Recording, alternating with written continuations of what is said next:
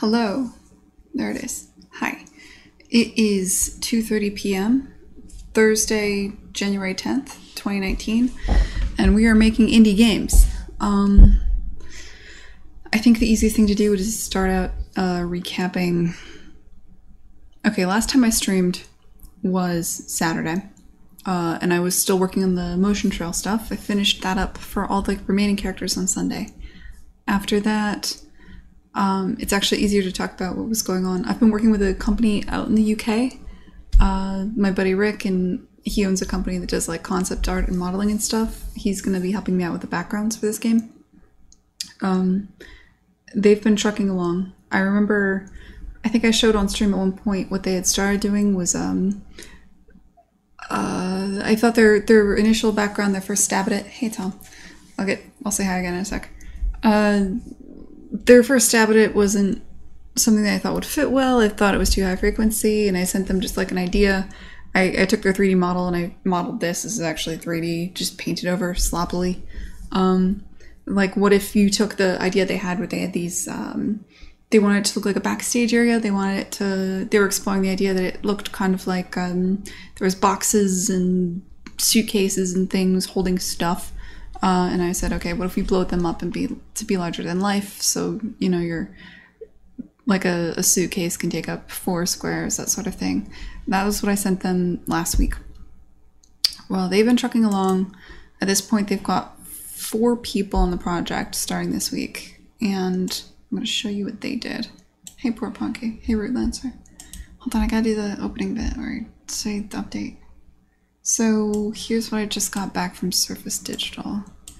I had seen this earlier in the week. This is a painter of a different part of the environment. This is one of their concept artists.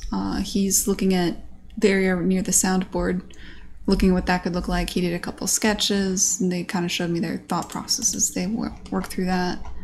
And here's where he ended up. I think this is good. This solves a couple of problems I had with some of their other work. I mean, it's not in the art style I want yet. This is still very much a work in progress. Like, they still need to figure out how to make this sketchier. I still think these lines are too clear. It doesn't quite have that painted look to it yet. This is a lot crisper than I had imagined when I made the environments, but I don't hate it. I actually like it quite a bit. I think it's good that they're sticking towards the colors I was hoping for, where it's like warm colors in the playable space, cooler colors in the not playable space. I like that. You can definitely feel the grid still. I get the sense that you'll still be able to feel the grid. This is kind of the paint over he did of the screenshot of the game. I think he just needs to keep pushing on this. I like where this is going quite a bit.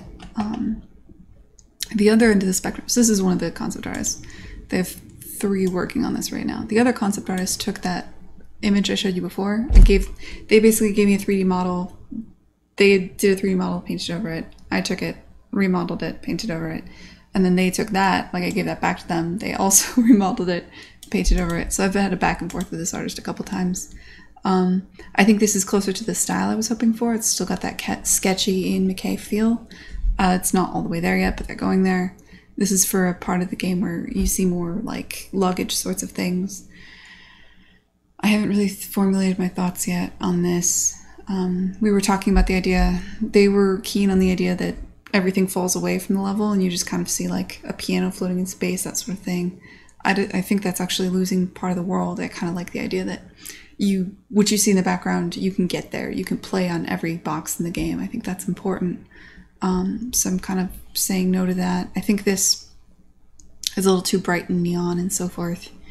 I think in general, the color space isn't there yet. This is a work in progress, obviously. I think it's closer to the sketchier style. Again, I'm just kind of gonna let them push on this a bit more before I give too much feedback. I do like the rough sketches, the Ian McKay feel to it.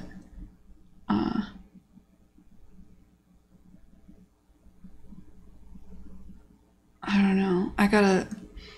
There's things about it I like and things I don't like, and I've really got to sit down and think it through and give better feedback. But part of me just wants to be like, keep pushing.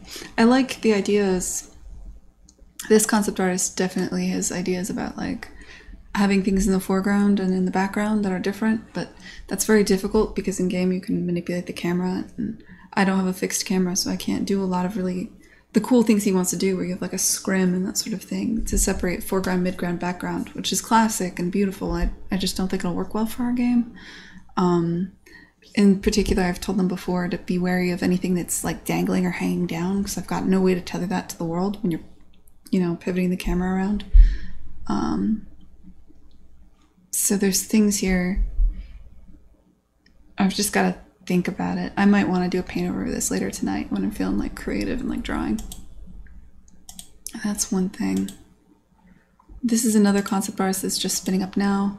They tasked him with like, okay, this is a backstage area, maybe there's costumes, and I think I already told them, we talked this over. I think the idea that this is a mannequin, for one thing, this doesn't quite feel boxy. I don't like the idea of the clothing, feels way too human.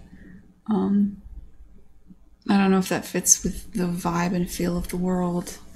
In general, way too much low frequency detail, I suspect, would be with this stuff. I think this is the furthest of the three from what I want. But again, he's just spinning up, he just started. So we're gonna give him a shot. So those are the three concept artists that are going, and this is a UI artist. Showing me what he's been working on. And I've already like marked up some areas here, but this is just, they were figuring out the wireframe of the UI. I've been talking about them for a bit in general. They have some good UX feedback. They didn't like that there was 7 to 9 buttons up here. They wanted me to shrink it down, which is one of the things I did this week. Consolidate some levels, which I wanted to do anyway. Basically, before I had like the calendar, the book, and the scroll. There's only one set of levels here and 2 here, so I just moved them all to be here. Plus, thematically, they fit together. There's no reason that these be separate. I got rid of the book, which does mean I need to do a little more rework on how you unlock those things. But most of that work's been done. I did that on Tuesday. I was kind of reworking that area. This is their first stab at a wireframe. They, if you remember in the game, if I play it, sorry, I need to give this a minute to load. Oh god, you guys are talking a lot. Give me a minute. Usually I have 5 minutes before anybody gets here to recap the week for YouTube. You guys got here so fast. Okay, so this is like my wireframe for the game, which I always knew was stubbed, and I always wanted to go, like, I hate this. It's just getting it functional, and kind of getting a vibe and a feel. Like, is it paint strokes? You know, what does it look like, sort of thing. They're opting, this UI UX guy opted for something more where you, when you have something moused over you have the details, and it collapses down when you're not moused over it, which I think is probably smart. I think there's a long ways to go to get this to fit the art style. It feels very first pass. It feels first pass. It doesn't feel like it fits the art style yet. I don't know where else to go with that. It just doesn't feel like part of the game yet. I think, especially in his later versions, he's going, I'm not sure how I feel about the neon signs. I've marked up some notes here. I definitely think there needs to be some background here. This, in general, was something I've seen this before. Right now I have kind of like this idea as you mouse over the levels. I know I want something to happen, and I had kind of stubbed in this look. They want to go more spotlight, which I like a lot. I'm not sure how well we can render some of these things.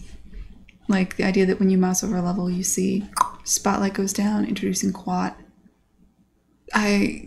Rick is pretty keen. Rick loves fonts and playing with fonts, so he's pretty keen to do something interesting there.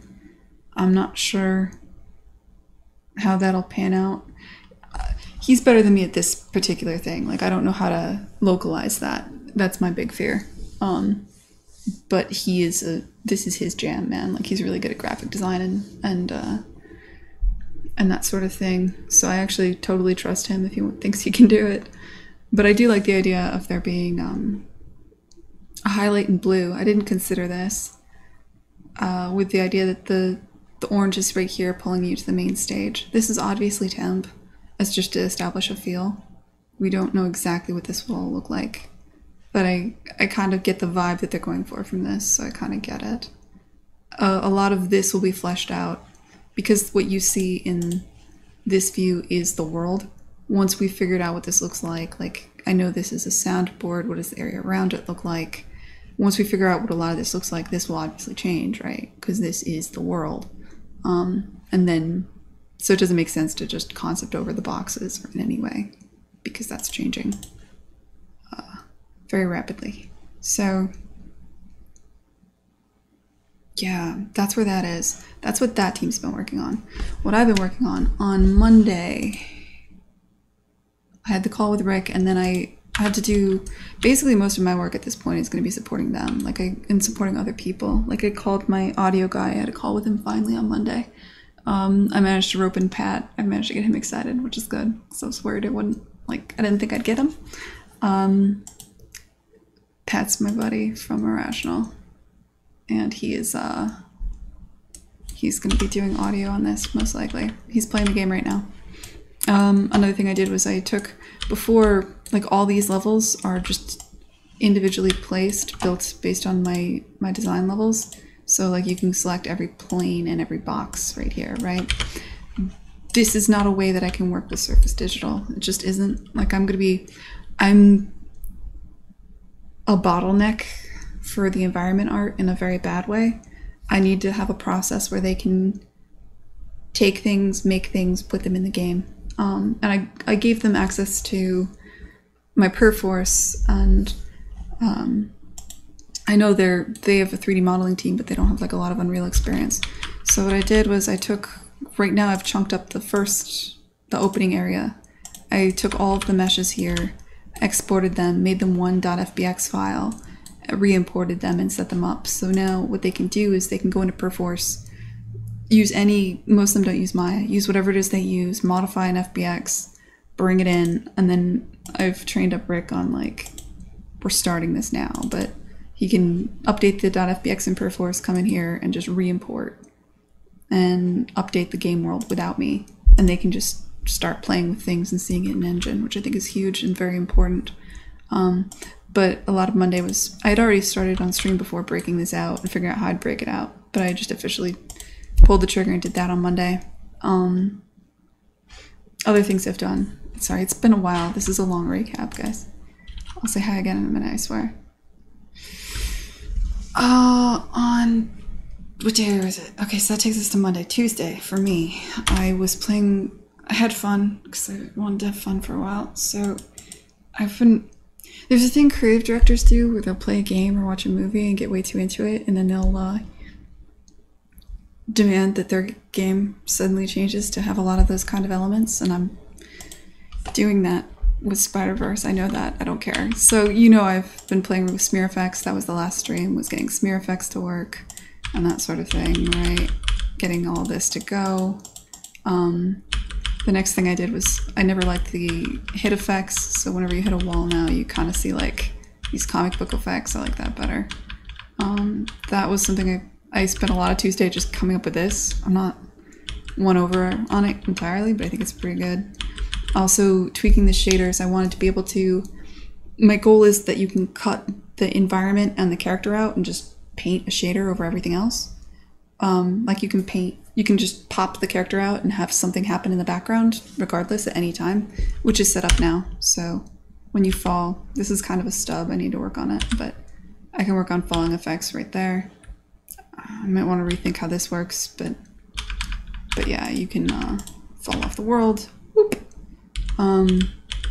Another thing I started picking at a lot yesterday was, feedback I've gotten from playtesting in the past was, for some parts of the game especially, it's not fun.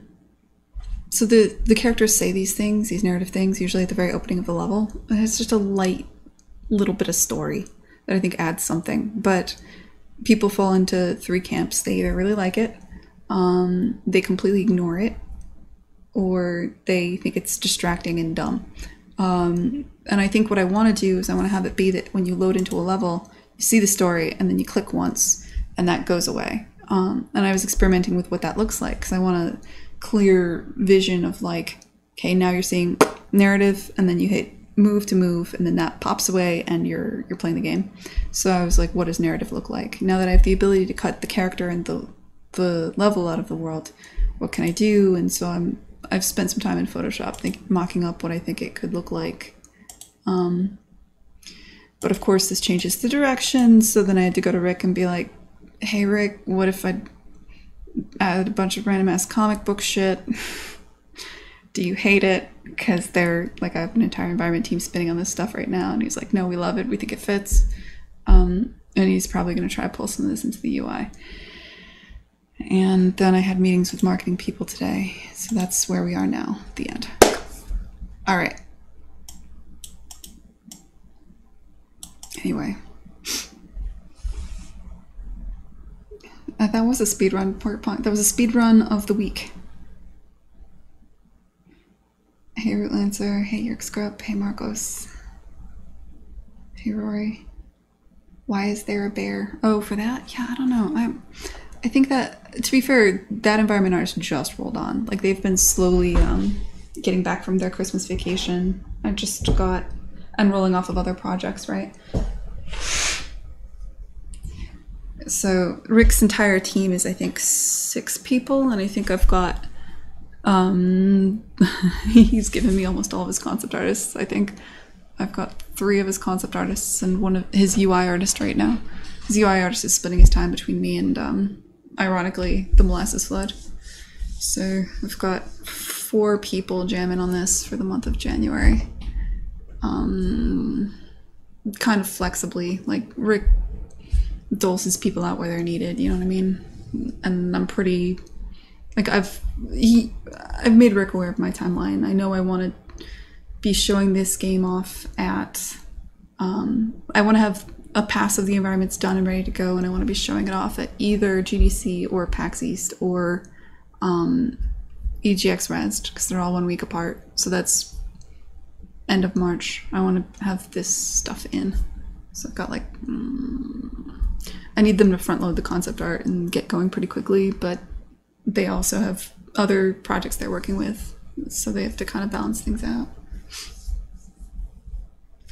Hey, ProPuke. Looks like the Harmonix UI. Which game, Coil? I'd love to hear it.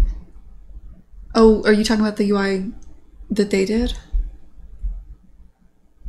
Hey, Michael. Oh, you want to talk about game engines from what Unity did?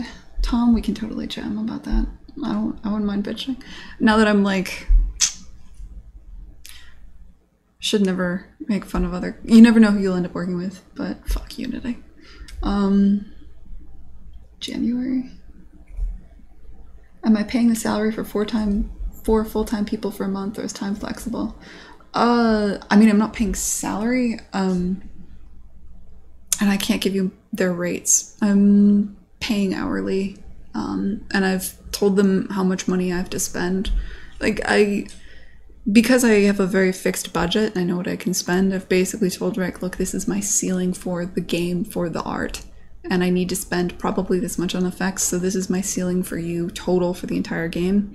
Don't, you know, like, we need to scope whatever it is you're gonna do. You need to deliver the highest imaginable environment and support stuff you can for me within this budget. Ideally aim for less than that, you know, like, aim for this number. If you need me to cap it up, I can go up to here, but that's it, because I can't make money, like, I can't make money. Like, I need the game to launch, and I have a fixed budget because that's the amount of money I have. So he's pretty clear, like, he'll cut scope and make it happen. But also we have certain deadlines. Like, I have a marketing beat I want to hit, which is I want the game to be showable at one of these shows, GDC or GDC or PAX East or EGX Rezzed, and I want the game to launch Q3 or Q4. So he knows those things, and he is an art director that is capable of manipulating the variables to make that happen. So I can't tell you exactly how much I'm paying them, but maybe I'll talk to him. We'll probably do a talk on this someday. Like the way I work with people is pretty much like that. Like I had a similar conversation earlier today. I talked to a company they may or may not use for marketing, because you need somebody to do PR, and it's kind of nice to have somebody be PR, like a person or a company to do your marketing PR for the entire arc. There's two ways to approach that. You can like wait until certain beats, like I'm going to GDC, and you can hire a company and be like, I need you to set up all the interviews you can, and show my game to, like, you can pay for people's contacts, or you can do like a Cadillac solution where you hire somebody for the arc of the project and they plan out where your beats should be, tell you which shows to go to and how to best use your money. Sometimes they take a percentage, sometimes they take a certain amount of money. Basically, I'm like, here's my entire marketing budget for everything, including you, my flights, my hotel room, for whatever you come up with, make it happen. And they're going to come back to me with a pitch, because I've just basically only got so much money. I know exactly how much money I have. Makes the conversation really easy. Would you, hold on, let me catch up. From RB Rock Band 123. I actually know people that worked on Rock Band.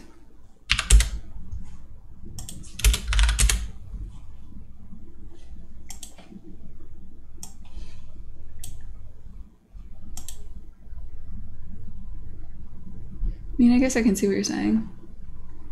To me, I think, like, I actually kind of like this. I like this idea in general. I like everything about this. That it's cantered like that, that you got, you know, whatever, cool. I actually really like the XCOM UI. I wonder if I've ever showed you guys that. For something like that, where you're, I talk about Firaxis too much. I'm obsessed with Firaxis. It's a problem. But I think they do a lot of smart things. I think they're one of the few people in this space that does. They manage to sell their games for a lot of money, considering the amount of. Not many people can sell top-down 2D games for the amount of money they do, or they're smart with their art in a lot of ways. Anyway, that's an aside. My favorite game engine is Unity because. Oh, Fort Funky. Yeah. Yeah, it was a shit weird move, man. I don't know. I made that mistake when I was talking about streaming on Twitter. When I meant streaming, like game streaming, like Google's Project Stream, PlayStation Now, Nvidia Shield, and all the new Microsoft streaming platform that's coming up. Those are the things that are affected by their new EULA that Unity is doing, and that's a curious decision. There's a lot of reasons why they could have decided to do that. I'm really curious what they did. I don't, like, maybe Unity, I don't know anybody at Unity have a horse in that race or really give a fuck about that engine, but they must have a plan or something. Like, there's a reason why they decided not to pay for streaming stuff. Or I'm missing something. I don't know what's going on there. Would you recommend outsource art direction for non-artist indies then? I mean, it depends on your game. It depends on how much the art style fits. I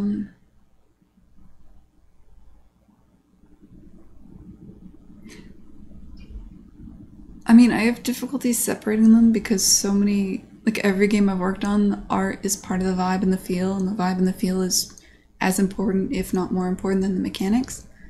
So I feel like some amount of direction is always going to also be art direction to some degree. I feel like collaborating with people is important. I like working with Rick because I'm technically working with a group of, like, managing directly 6 people would be a full-time job, whereas if I hire Rick and his team, I get the effect of working with 6 people, but I only have to work directly with Rick, and he handles a lot of the day-to-day stuff. And yeah, we kind of, I don't know if you say we collaborate in the art direction, but I've definitely, yeah, we collaborate in the art direction.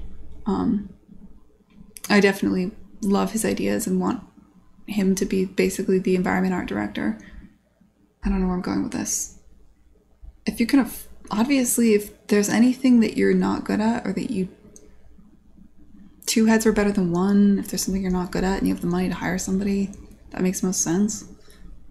If you're not confident with art direction, finding an art director to work with is a good thing. Whether it's that you hire an outsourced company or that you pull in somebody on RevShare, like, it totally depends, right? Oh, you worked on Rock Band Coil? Cool. I outsourced art for my project. I have some contacts I worked with in the past who gave me very reasonable quotes. It's still not cheap, but if you have a budget, it's a valid path. Have I seen the Skullgirls UI?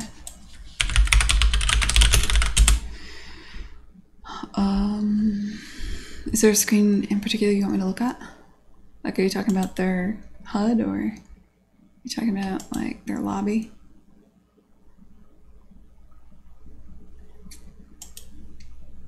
This reminds me of Bioshock. It's got that, yeah. It does feel Bioshock-y, doesn't it? Definitely. Bioshock 1. I forget the term for that. I'm like having a brain fart.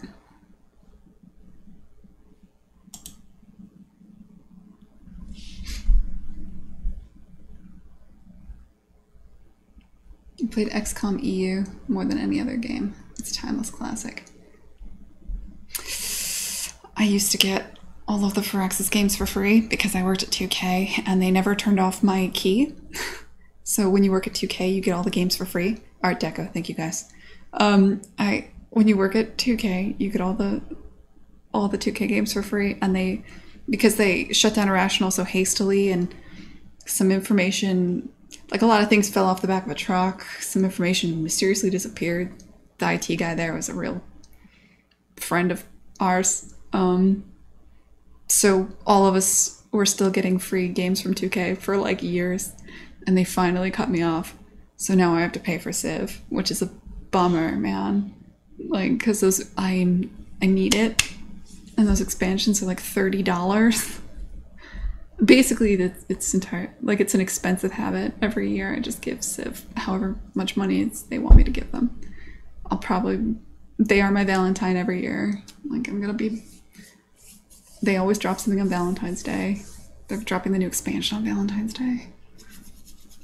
It's like, happy Valentine's Day, here's $40. Anyway, where were we? Really, poor Ponky, you're on Unity. I guess I didn't think about that, yeah. This doesn't affect you at all. It affects you in the future, depending on how this goes down and why they're doing it, which is a big question, is why they're doing it. Like, why? I mean, they must have a deal. I don't know who they would have a deal with. Like, maybe Google for Project Stream paid them a lot of money to say Unity games can only come on Project Stream, or maybe they're looking to, I mean, I'm really unfamiliar with Unity, but I know they pay for seats, and then for, like, you pay for each seat and you pay for each platform, right? So maybe they just want to up the price of the platform if it's because technically something like in the past, you'd pay for a PC game and then you'd pay to also come out on the Xbox, but with Microsoft's new thing, you just come out on one thing and you're on their Xbox, their storefront. You're on technically everything, right? All of the mobile stuff. So they might be trying to get ahead of that and establish a pricing scheme that makes sense, considering most people will be one platform from now on, because I can see that being terrifying. Technically, you're on one platform if you're on Microsoft's new thing, even though you're on every device. So that would be a serious hit to their revenue if they don't get ahead of that. Maybe that's it. But I am completely in the dark. I have no idea where that came from or why.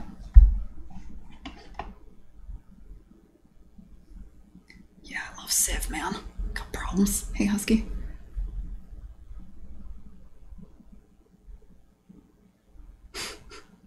Get a new key. I don't think they would, I think they would disable that key pretty quickly. I think we just got very lucky for a while there.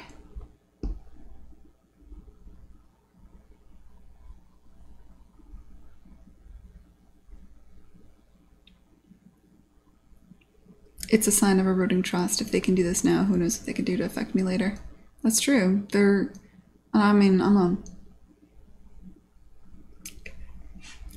I'm a shill for Epic. Like, I won an Epic Dev grant.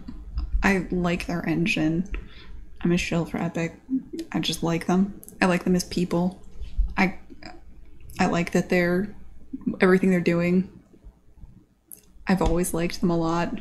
I've given demos in their engine for years. Like, we just have a good working relationship, right? So it's hard for me not to love this moment. Because it's kind of like, I look at them as they're like my friends. I'm like, oh, look, hey, buddy, your biggest competition is just doing the dumbest imaginable thing. I hope they release a press release and just put the screws to Unity. Epic's my friends. I want them to win. I don't know what to say. Will you be shipping your game as you or as a company? Will you credit your outsource help as your team? That's a good question. So I've been talking to marketing, like I said today, literally about 2 hours ago, I got off the phone talking to an agency, and they had the same question. I didn't know the answer because it's been a solo project up until now, right? And I know, well, obviously I'm going to credit them. Like, I'm not, a monster. But the question is, when I talk to the press, do I talk to this as being a game from Chomp Squad, or do I talk to it as being a game by Gwen Frey? And I think it's helpful to have a human face. So I think, until now, I've always put anybody that's following the game is following me is Dire Goldfish on Twitter. So I think it makes sense to keep doing that. I don't think I want to...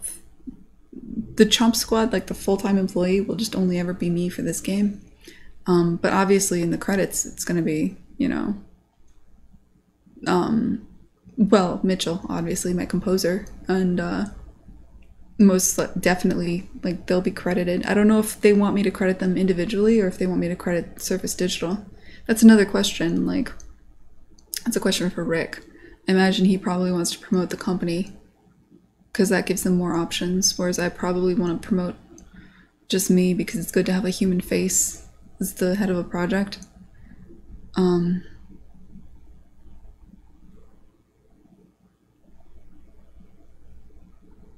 So it might be like Gwen Frey, and then in conjunction, we'll figure it out. I'll talk to Rick and see what he wants to do. I know I don't want to, at the end, if it comes down to Chomp Squad or Gwen, I'll probably put Gwen, just because I think that's better marketing. A game directed by Gwen Frey, and then we'll probably do whatever we want for Rick. Will get whatever kind of credits he wants. Whether he wants to, I don't know. It's up to him, man.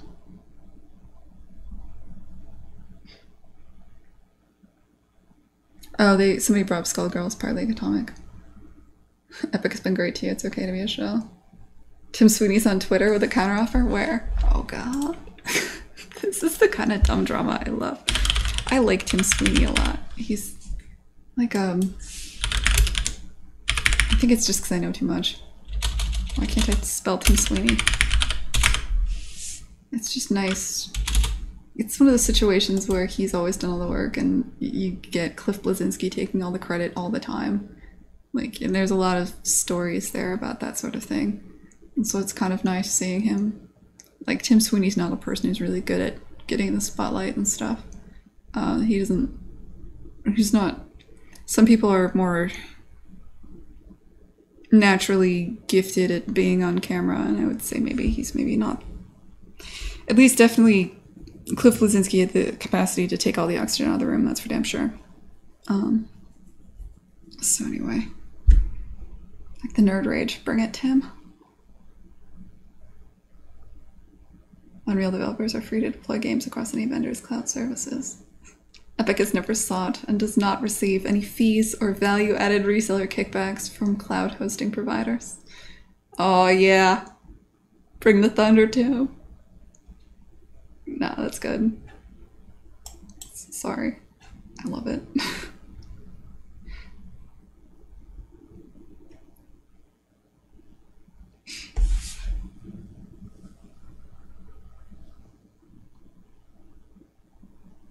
Sorry. I don't want Unity to die. It's good to have competition. I do feel between the two though, like my friend went to work at Unity is the other thing, so I'm kind of like, I feel bad now. Like Elizabeth I did a dialogue box thing with her. She's a friend of mine, right? And she works for Mike Acton on their new animation system stuff, and I think Unity is trying very hard to catch up to where Unreal already is and doesn't seem to have a very strong vision for anything that isn't just almost Unreal, but not quite, you know? But again, I'm super biased and I'm incredibly incapable of seeing past that. I want Unity to die. You got me, pro puke.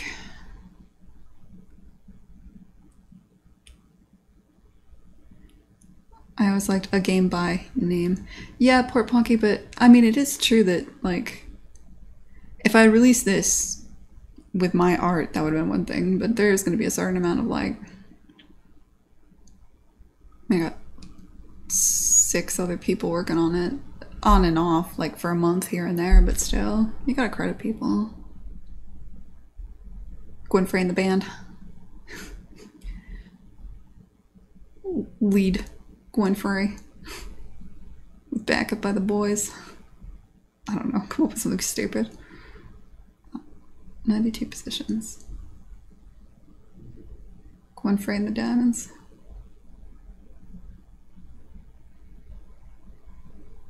Oh, sorry. I missed you turtling. Question is, do you just say game created by Gwen Frey and music by X, or do you go all out and say designed by Gwen Frey, art by Gwen Frey, animation by Gwen Frey? Yeah, no, that's tacky. I don't think I would do that, turtling. I mean, we'll see. I haven't figured out credits yet. We'll figure out credits.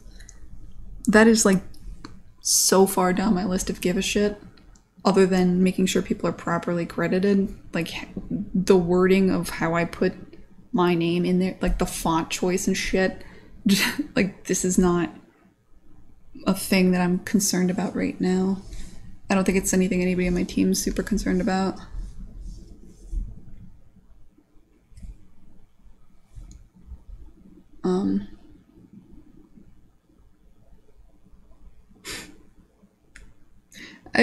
I can definitely see that. Well, the other thing is, like, I don't know.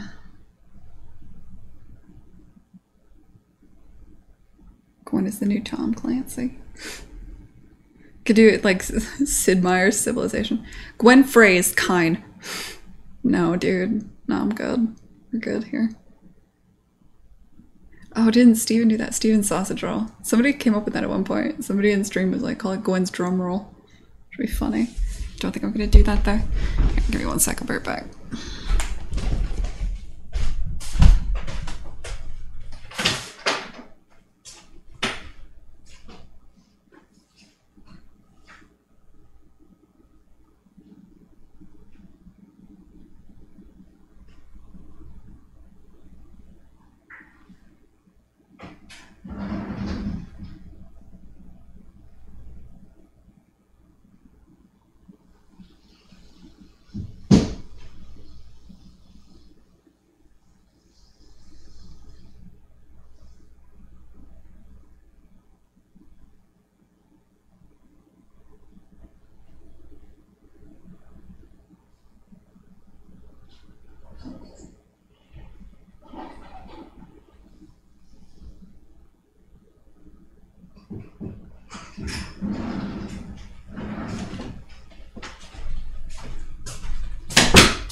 At some point here, we should probably work.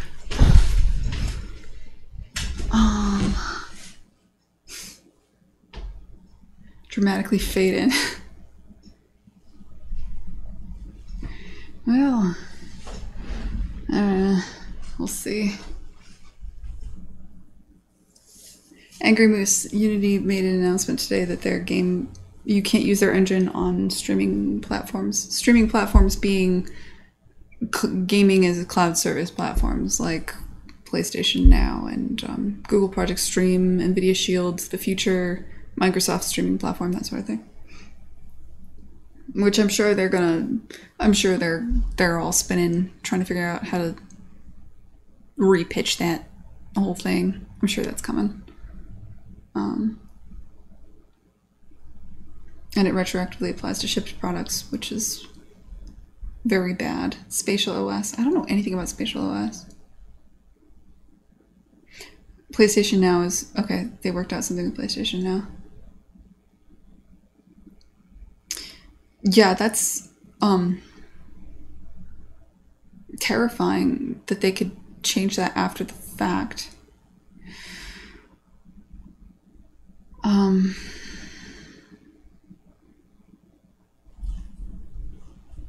Yeah.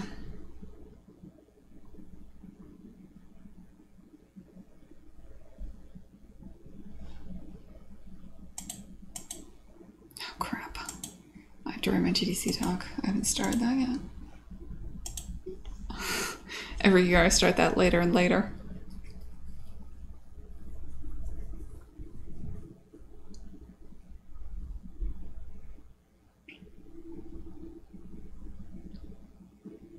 I don't know, Quick Flint. That doesn't make much sense.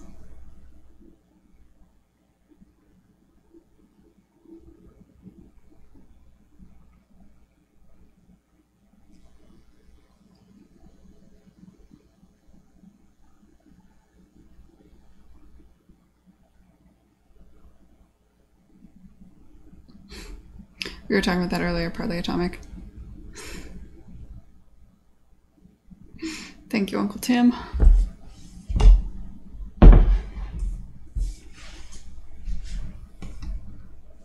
Yeah. It is unusual. I mean, I'd have to look into it more. I think Unity can get away with it because you pay per seat, per platform you come out on. And they must have something in the contract that says they can redefine what a platform is for various reasons. I don't even think Epic could get away with that if they wanted to, just because of how their contracts are structured. But I'm not sure. And it's kind of terrifying. Like, when you're in the games industry, you mostly... So much of this is outside of your hands, and so much of this is like...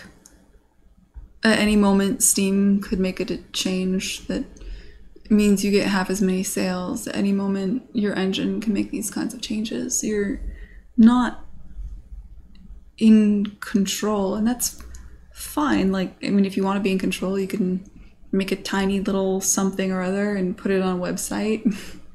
But part of going for it means you're trusting people and you have business partners, and you have to be careful who your business partners are, and that's just part of the industry, right? So, and that's terrifying. It can be.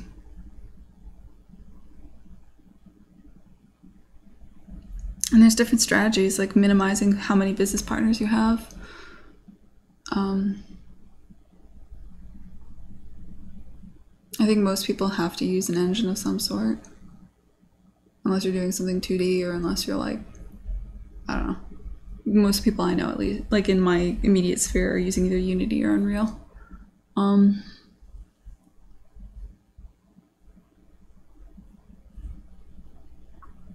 think one smart thing you can do is, if you're a company, you diversify and you try to be on as many different platforms as possible, have as many different business partners as possible. There's something to be said for being a multi-project studio once you hit a certain size. There's a reason why once companies hit that kind of middle tier, they just want to... It's smart to take a couple of different bets rather than have your entire company rely on one game, one product.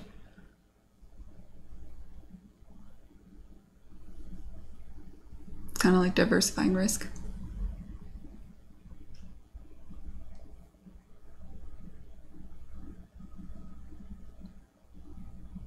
With all the Conservation news. What's the conservation news? I've been really busy this week.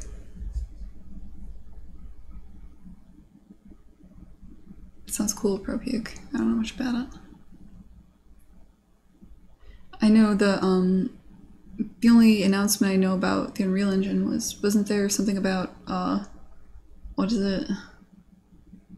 Like some Ubisoft game is coming out exclusively on the Unreal Engine or something. Epic Store Ubisoft. I haven't been on Twitter, which has been lovely. The Division 2.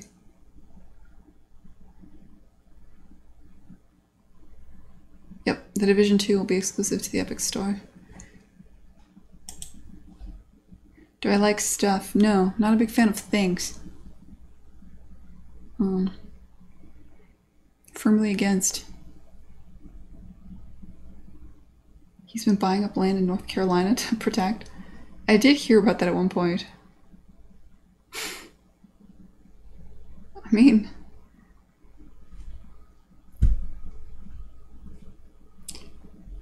Sure. There's some downside in multi-purpose studio. No clear pipeline management. It depends, Rootlancer. I mean, everybody's different. I've seen it work really, really well, especially like if you tend to make a lot of smaller or mid-tier games. The ability to have one audio person in-house that can work on multiple projects. Like, I'm making Coin, I can't afford to have a full-time audio person. I need an audio person for 1 month. But if I was part of a collective of games, some are a little bit bigger, some are about my size, we could afford to have one audio person that is for all of us. You know what I mean? All under one roof. There's certain things like that. There's other problems too, though. When you're a multi-project studio making multiple games, it's hard to fight the idea that you have an A team and a B team. It's hard to feel like you're one cohesive unit. Sometimes it's easy for people to get really bitter. There's a lot of different ways to do it. Does that mean Ubisoft is dropping Uplay?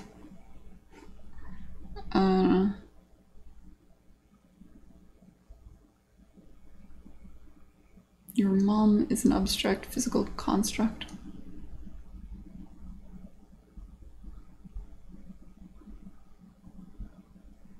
Alright, you two.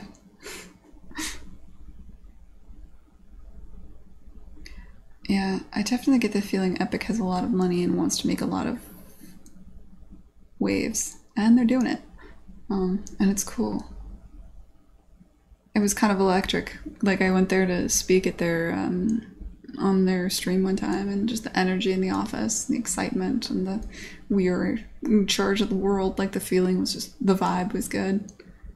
It was addicting. It was beautiful.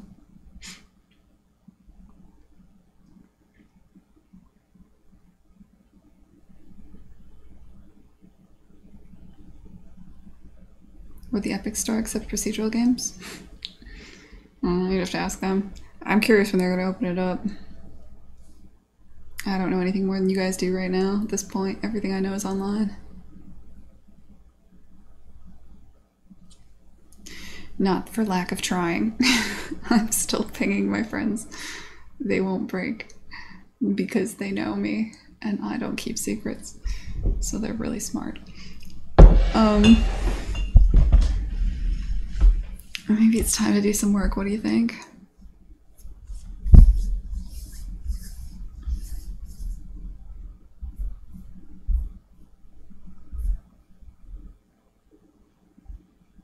What is satisfactory? I feel like I've heard of that.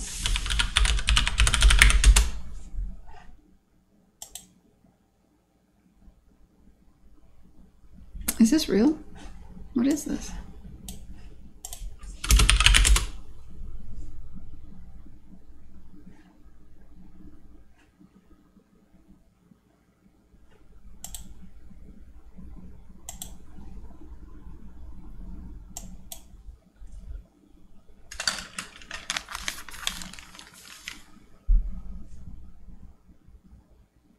Oh, I've seen this. Yeah, okay.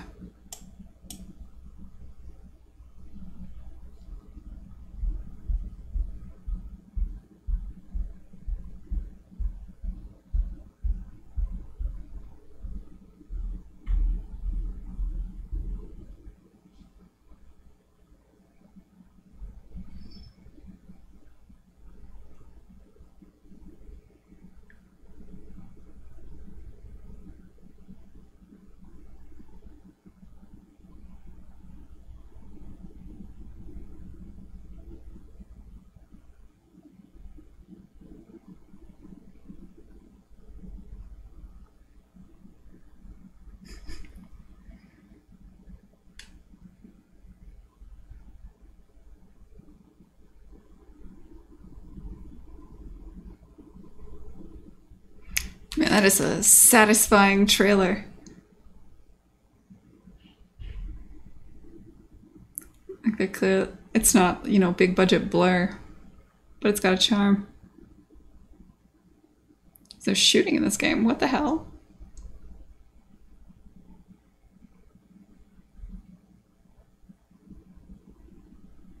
I wonder how hardcore your management can be if you... Like, is there a way to go into a top-down mode?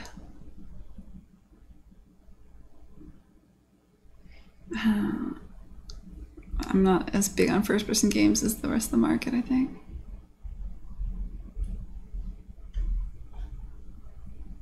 Okay, that's pushing it too far.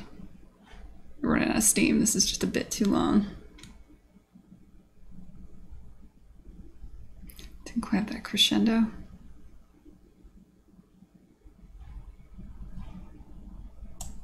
It's a good trailer though.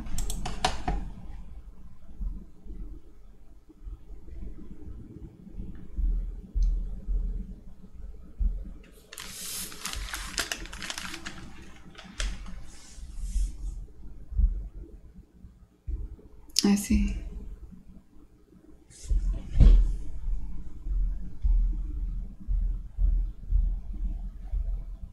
You just got this factory and satisfactory. Really, York Scrub? I like looking through your Twitter to see all the amazing art stuff you post from a variety of people. Hey, thanks, Starscream. Appreciate it, man.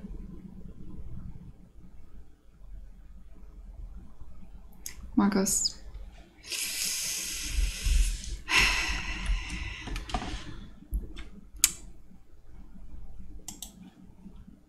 All right. All right. Oh my God, JC just sent me 3 emails in a row. I gotta start writing that talk. I'm gonna be running the circuit this year. The thing is, GDC, so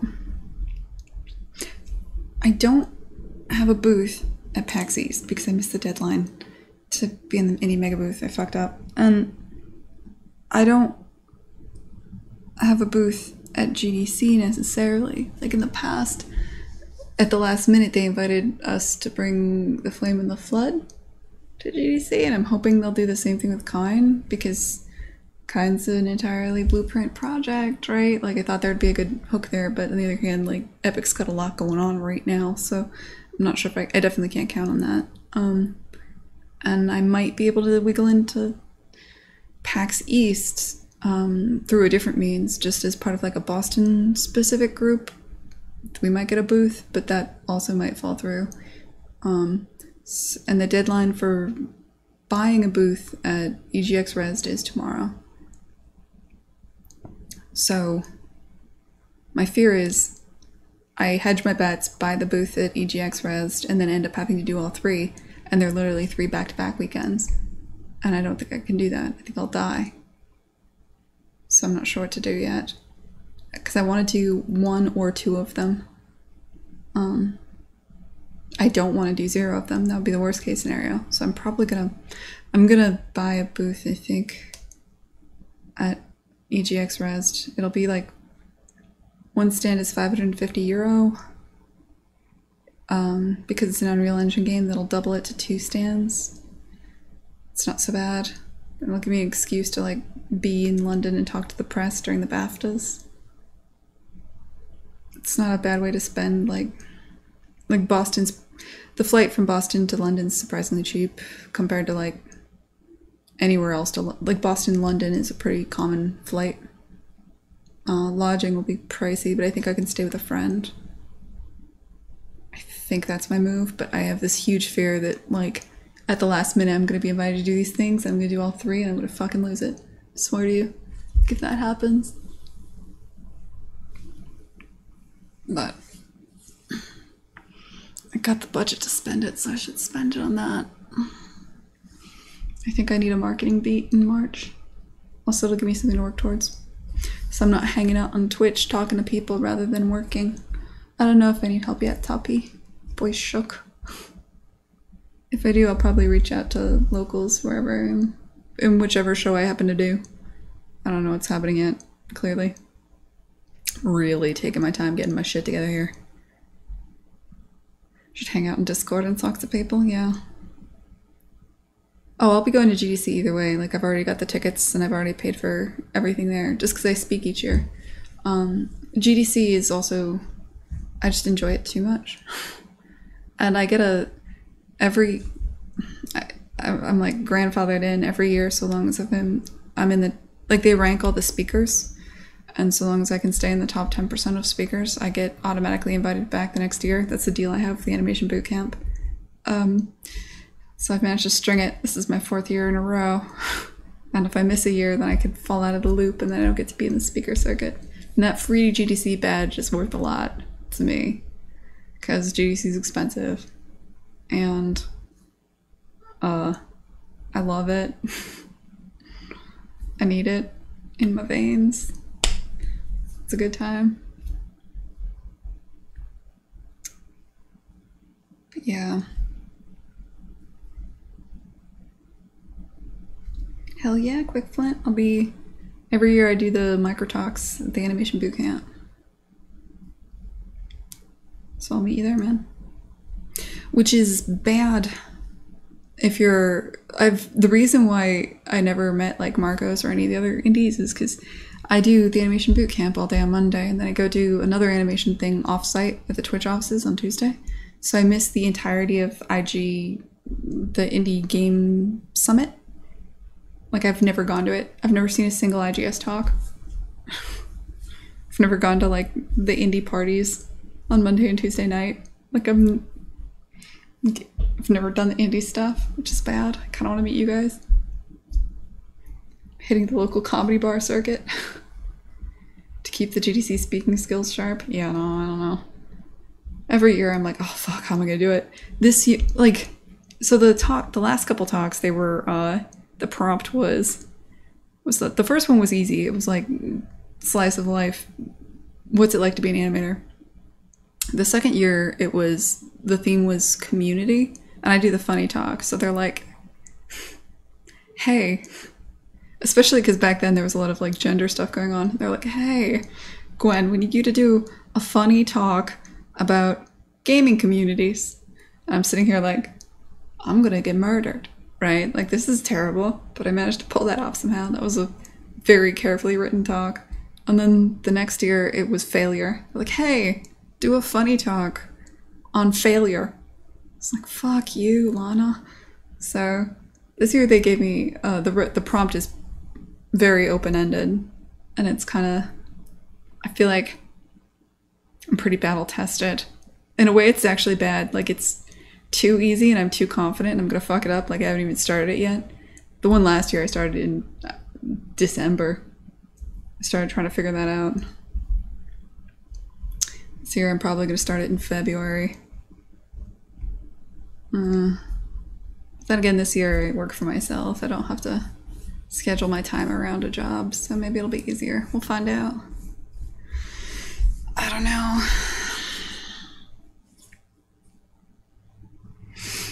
Let's see. Okay. It's probably time we work, huh? The goal is to make this real. I've been streaming for an hour and I haven't started yet. Okay. So I like this. I want to try this. The goal is when you drop into the level,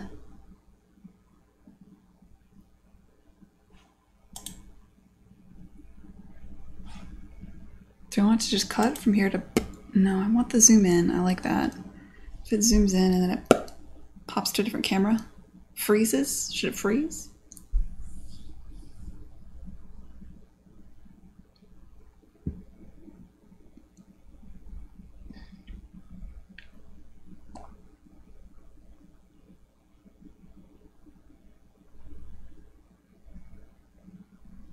It might be fun if it freezes.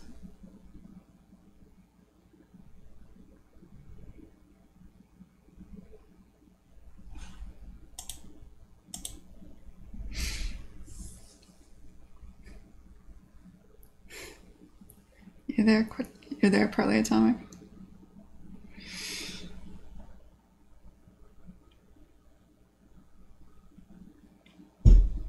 Thanks, Fruitlancer. I appreciate it, man. Those are hard to write. I put like 40 hours into each of those talks, minimum. And it's a 5-minute talk. Just pretty standard for animators. Just put a lot of time into a very small amount of time. York script.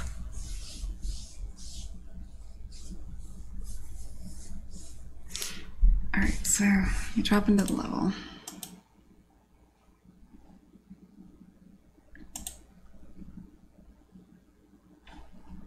And it also has to work if you're transitioning. So like, you drop into a level, freeze frame, put the camera over here, then you hit a button and it moves to this. Then she lands. Camera again, like right there. It should happen right after the camera starts transitioning. Again, I'm thinking freeze frame. Probably. I have to figure out how I would freeze the character. I have to figure out how I do any of this. Okay.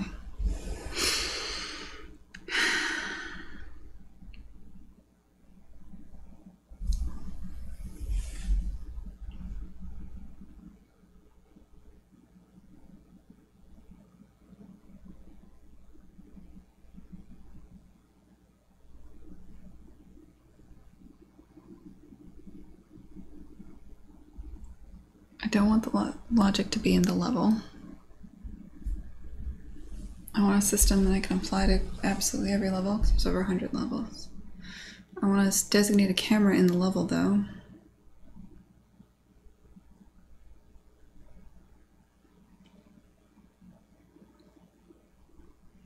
Maybe every level has a camera that's tagged opening or something.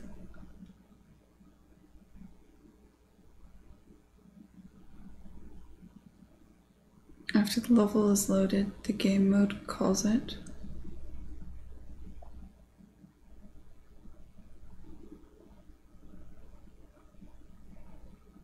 What's the simplest way to get there?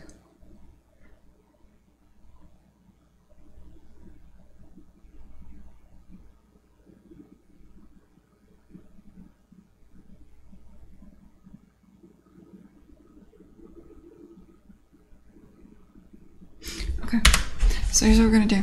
So let's start with the first level.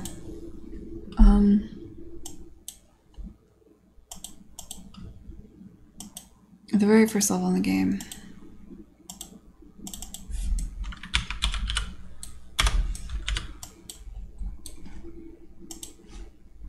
Let's put a camera. Let's dupe a camera because I don't know what settings I have on this crap. Not you, fool. You.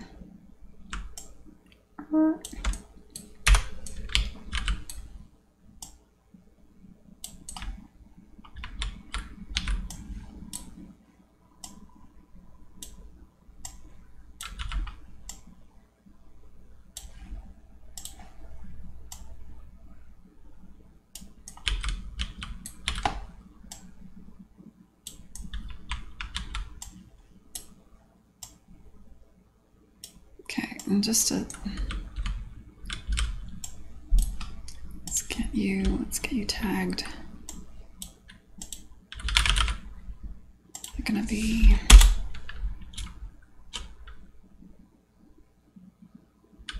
opening cam.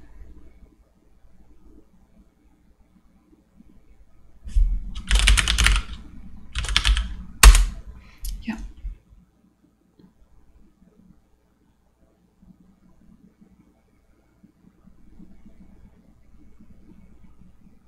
Yeah, okay.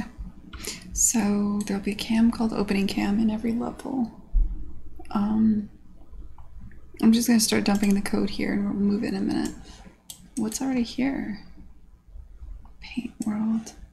Oh, yeah. Oh, this isn't used anymore. That's cute though. Nothing calls you. It's from back in the day when I first started the paint effects. Okay. On begin play. So as soon as this level is loaded, grab that camera we just made. No, because I'm going to copy this later. So I can't have a reference to that camera. Get all actors of class. Matching tag query. Get all actors of, I don't know, camera? Actor? Yeah, sure. Gameplay tag, fuck that. Get all actors of class. Camera actor. For each. If get tags. Get the first tag. If that is opening cam branch.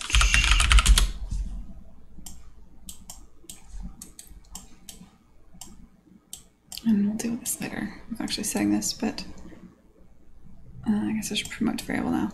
Promote to variable opening cam. And so we have to do this because we're going to move this code later. Alright, get all actors of this tag. Opening cam.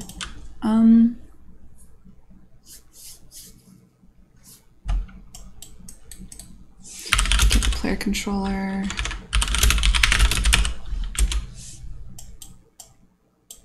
Set the view target with blend to be that. I want no blend time. I want the view target to be the opening camera.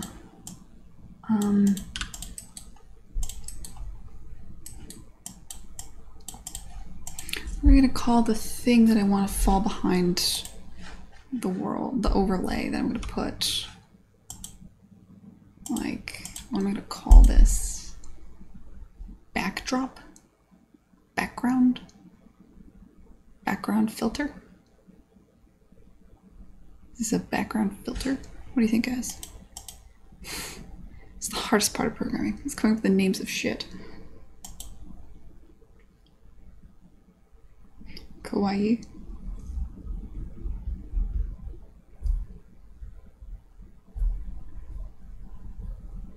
Atomic, those shadows are extremely important. And I don't know how to make them more prominent. Because they are a thing that isn't reading necessarily. Like, people usually get it, but not initially.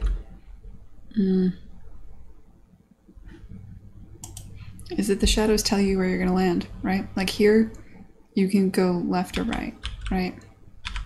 Now, the shadows over here and here. So the shadows are actually an extremely important hint. And I try to keep it subtle and part of the art style, but instead it's just not. People aren't picking up on it necessarily. And I would dig into it more, but we're about to, once we change the art style, like you saw what I was doing, or if you were here at the beginning, you saw the art's changing. So I'm not sure if it's worth digging into right now. That's going to be something I dig into later.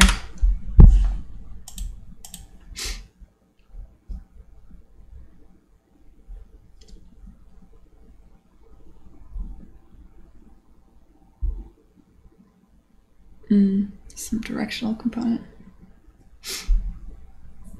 The Amazon arrow. That might be a bit much. Still just kind of wanted it to look like it was a shadow. Alright, we gotta focus. We're getting distracted. Okay, so let's say we're feeling out this one, right? For one thing, Rick indicated this might be a bit much, which is fair. Like, we could tone it back a lot. Like a lot. That might be a bit much, but like maybe...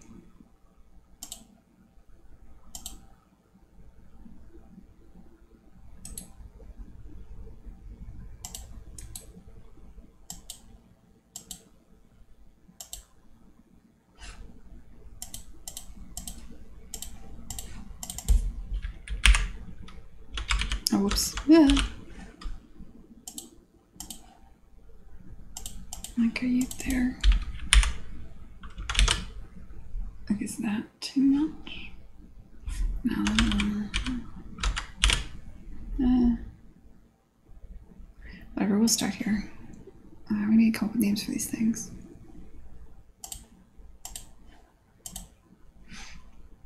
Because right now they're just in pre-pro folders. Let's call you...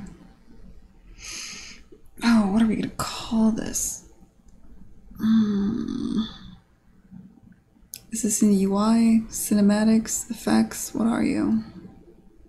It's a screen effect that happens for cinematics. So let's put it in the cinematics folder.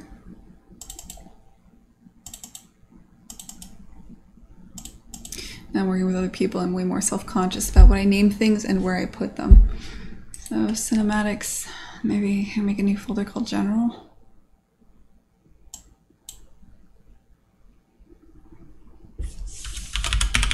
Screen effects. Screen overlays.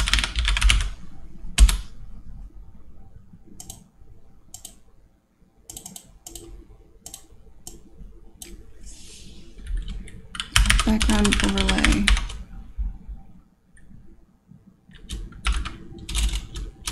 One.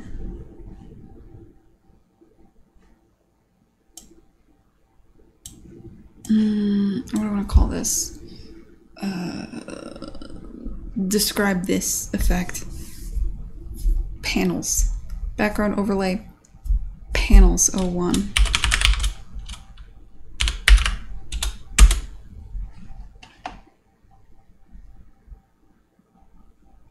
Oh, that's cute. I didn't notice that preview.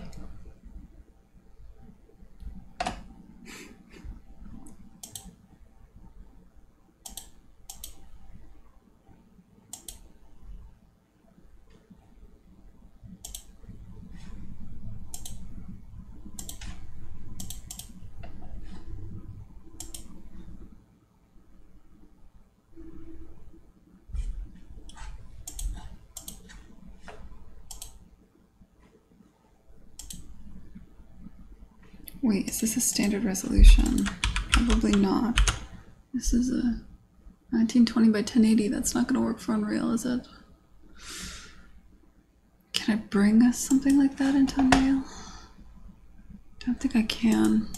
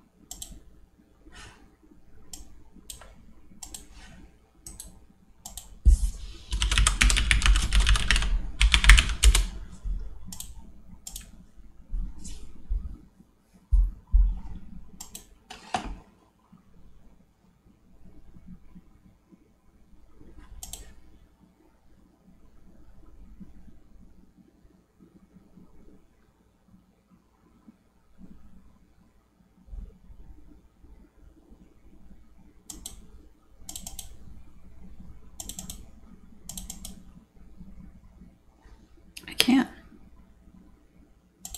Cool with that.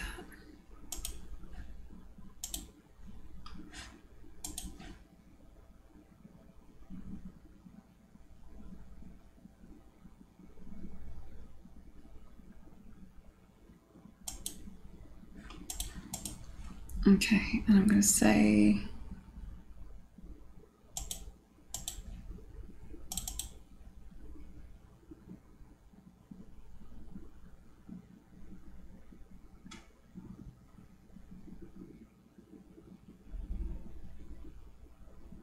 it has to be before the tone mapper because it slices things out. Okay, so here's where the depth effects are.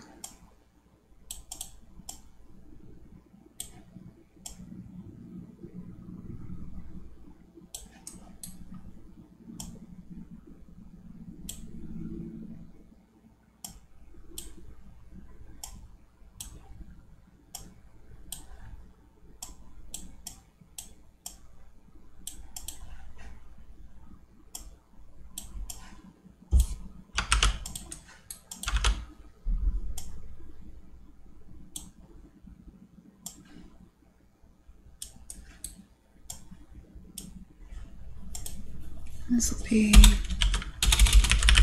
cinematic screen overlay. I'm going to change this from being a defined texture sample to a parameter, which we'll call cinematic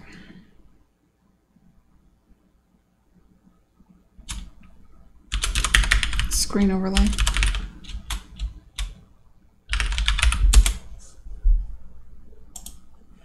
Background. Cinematic background screen overlay.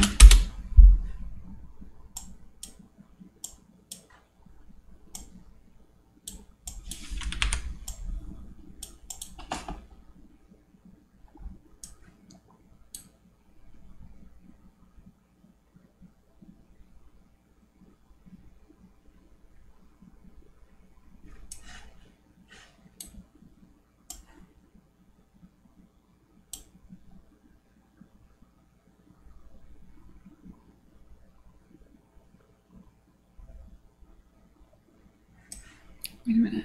Okay, so this takes over the entirety of the background, but what I want is something else. Long term too. Maybe I should make one for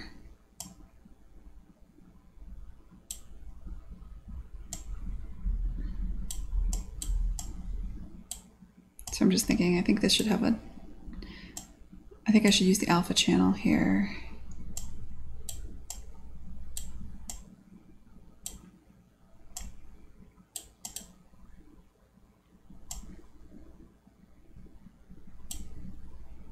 I obviously don't need hit effects death to go.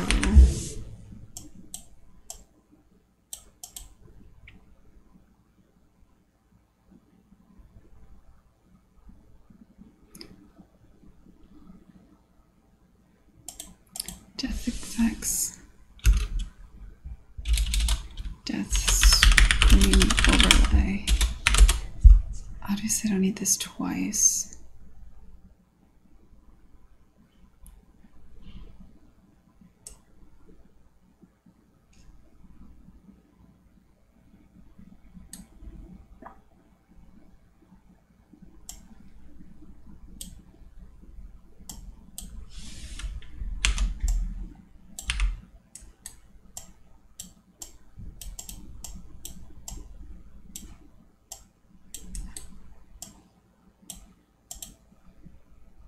So this is the death screen overlay.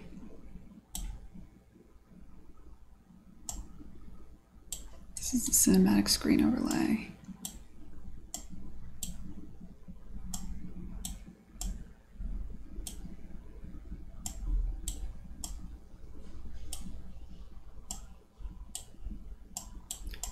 And this is the character cutout. Oh shit, no, don't do this. Okay, so this cuts out the character for the death screen. This needs to cut out the character and the background.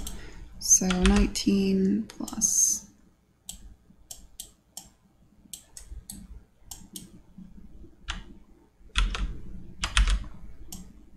And I just happen to know this, that I've stenciled the character.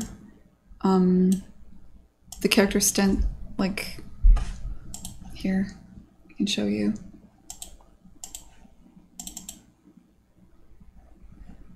On the character that you're playing, all the meshes for the character, I've set them to render in a custom depth buffer.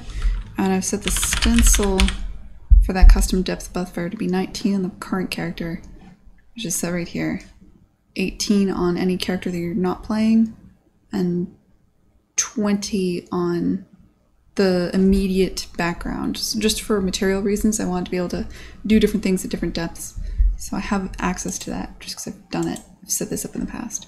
So I know I need to grab anything that's in the depth buffer that has a stencil of 19, 18, or 20.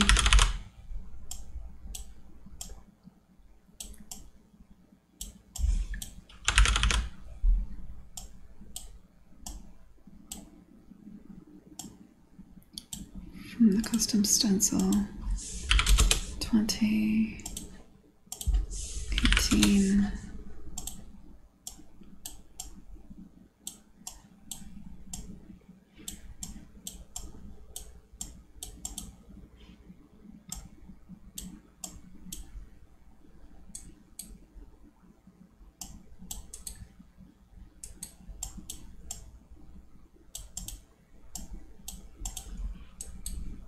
Okay, cinematic overlay. Okay, by default, I want you to be the white texture with no alpha. How can I set that up? Because I want the ability for the background to be different colors too. So maybe I'll create a default one of these, which is terrible, but which is just only, I guess, probably black, but with an alpha channel that is also just black. And I'll save this as background overlay none. Targa, and then I'll pull that in here. So we've got in cinematics,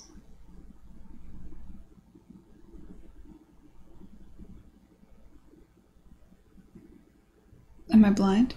Cinematic screen overlays, import, background overlay none. You are in the UI. You are, what else do we need? The rest is fine. It could be grayscale, but whatever. I need to keep them consistent, so that can't be. All right, and also for you, where are you? Yes, okay. What I actually need you to be is Control-Shift-E. Copy, make an alpha channel, paste, image adjustments, invert, and I think that's right. Yeah, I think that's right.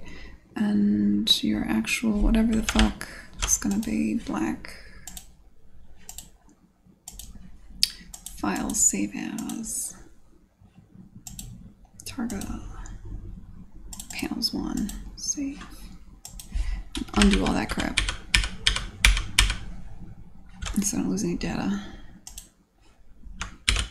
Save my working file. The PSD. Okay, let's re-import this. So this now has an alpha channel, is black by default. UI, no bitmaps. I hope. Usually did it export the alpha channel?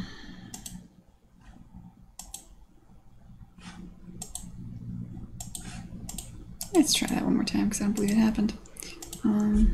Shift-E, copy, paste, alpha channel, image adjustments, invert, make this just black, file, save as Targa.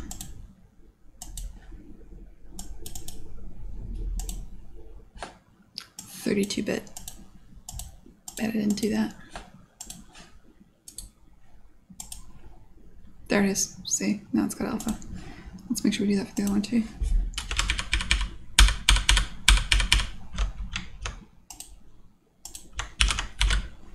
Okay.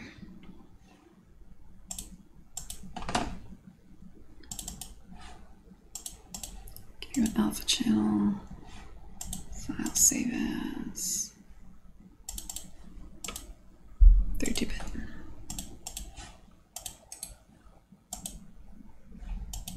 Groovy. Okay. So default game post proc, screen overlay, alpha channel of nothing. Okay. So by default, nothing happens. If I put something here, we're good. Cutting out absolutely everything. Okay. Now what?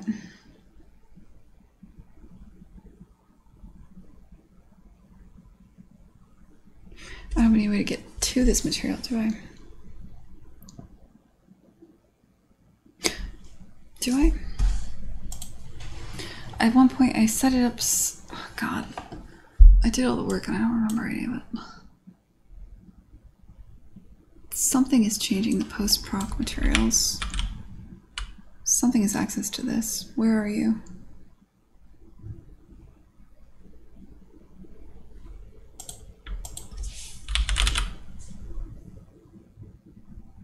No, volumes are being turned on and off. Nothing sets the actual material.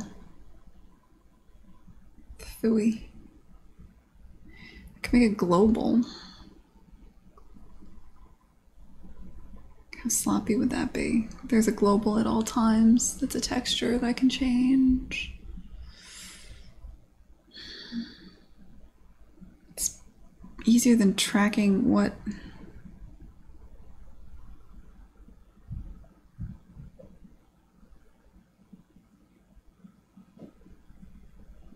I don't think there's a reason not to do that.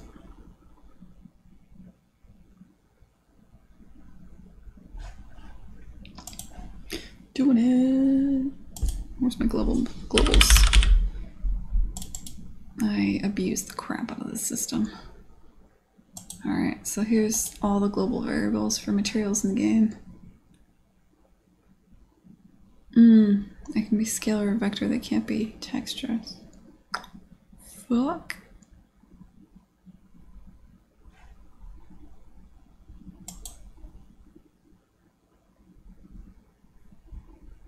Well, shit.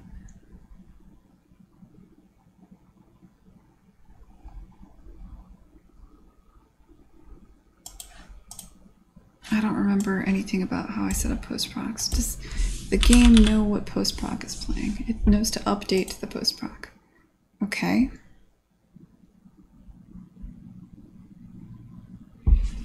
Sorry, let me... What's the significance of the custom stencil value? Yeah, so you can say, you can throw things just generically into the custom depth buffer, and that works. But sometimes you want to be able to say, like, you have the ability, if you turn on stencil, which is something you can, like, it's off by default, you can go into your project settings and turn on custom depth buffer stencil, which I did at one point, which will allow you to say, to sort things in the depth buffer. You can assign a value between 0 and 255, I think, to any static or skeletal mesh, and then that'll read in the depth buffer as being that bit. I don't know what I'm talking about. I figured it out at one point. I don't know entirely why it works, but it does seem to work. Like, you can turn on stencils, you can assign a number between 0 and 255, and you just gotta somewhere track where you're doing this, and then you can get at them in your material editor. And you can do different things to them, which I love. It's a fun thing I play with. I understand enough to be dangerous, not enough to explain it well.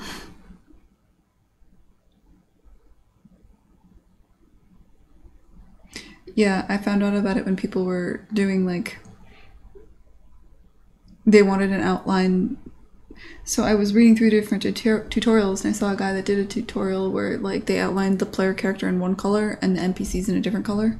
And he's like, I did this, and he showed his thing, and had that stencil buffer on. I was like, oh, what the fuck is that? And then I just started digging, and I found it. There's probably, like, writing about it somewhere. If you look on the internet, I'm sure. But it seems to just sort of work, so I didn't question it. Right. I want to refresh my memory on what I did for post-proc stuff. It's in the master game. Okay, so in the map for the entirety of the game, I'm doing update post-proc when needed. So there's a variable, a global variable for the game called current post-proc. And anytime update post proc is called, I select from this. And if not, I crossfade to the new post proc. That's correct. I remember doing that. I decided to do it globally because this is something that just affects. I wanted there to be a different post proc if you were in like the romantic levels versus if you were in level select mode versus, yeah. So I wanted to be able to mess with your post based on where you are in the game. And so I put it globally. Interesting. That doesn't help me, does it? Maybe it could. And maybe I just...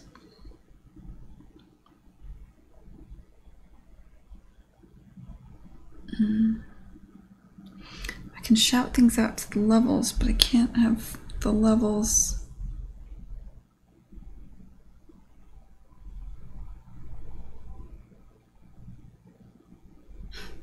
Hey Rory, I'm sorry, I'm just not big on Discord, man. I just, like, the other thing is I reached a point where, like, I didn't burn out or anything, but maybe I did. Or I've just been working nonstop, and then I went on vacation, and there's just been a lot of stress, because you have to keep in mind I haven't been able to work on the game for a while. Like, for a lot of December, I was really bummed. I usually get a shit ton done in December, and I didn't this year, because I was, you know, traveling to meet family, and on the phone trying to get a deal signed with different partners and stuff, and I just kind of burnt out. And then this last week I've decided, like, for the last 2 days at 7 o'clock I stop working and I play Civ. And there's no Discord. Discord is not a thing I do for joy. Discord is where the work comes from. You understand? Like, when I play video games, I just turn off everything and I play them, and then I recharge. And it's been great, because I really like Civ a lot. And you can tell something went wrong, because you can tell I'm burnt out, because you can look at the time I have in Civ 5 versus Civ 6, and the delta is extreme, guys. Like, it's extreme. I should have way more hours in Civ 6. I've only got, like, a couple hundred hours in Civ 6 right now. Haven't played it in over a year, till the day before yesterday. Gotta get back in. Gotta get ready. They're prepping a whole new thing on Valentine's Day this year. They're dropping a big ass expansion. I had to drop the difficulty down. I played a game on King just to warm up. It's gross. Gotta get back up there. Or was it Deity? I don't remember. Yeah. That's true. Firaxis has always dropped something on Valentine's Day. You can go back through their cycle. They never... Sometimes they don't announce it. They just stealth drop it on Valentine's Day, which I would argue is cruel to the poor people who are in relationships. But this time, sometimes they announce it ahead of time. Like the new Civ expansion they announced. It's great. I love it. Firaxis will always be your Valentine. I don't know. There's two ways to look at that. On the one hand, it's really nice. They do something solid, you know, do right by the nerds. On the other hand, it's like, this is brutal to the poor assholes that are in relationships. Like, this is not fair. Like, to the poor dudes. I'm just trying to... Like, this is cruelty, really. I guess it depends on your perspective.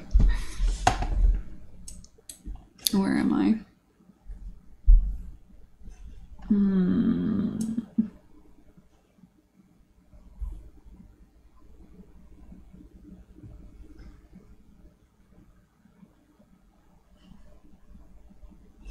I've always hated Valentine's Day. The lines for everything are way too long. It's just... It's a manufactured holiday. You know, blah, blah, blah. Is there a rat? What the fuck is that?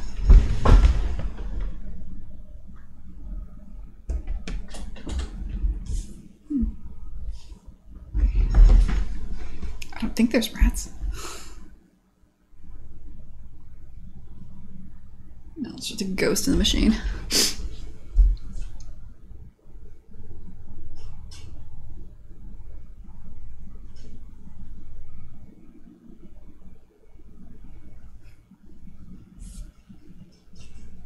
Oh yeah, okay. Those are just the pipes. Pipes. Ghosts in the pipes. Alright. What are we doing? Oh god, how are you gonna do this? Okay, so I've got a material.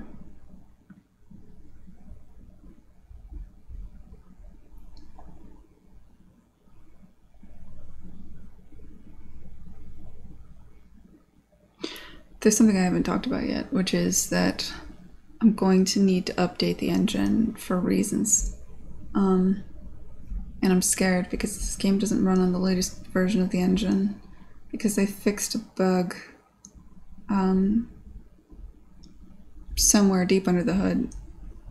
I kind of like asked Elmore for help and he said this is going to take more than a couple hours to look into because they changed something very low level and it's creating a cyclical dependency somewhere in here.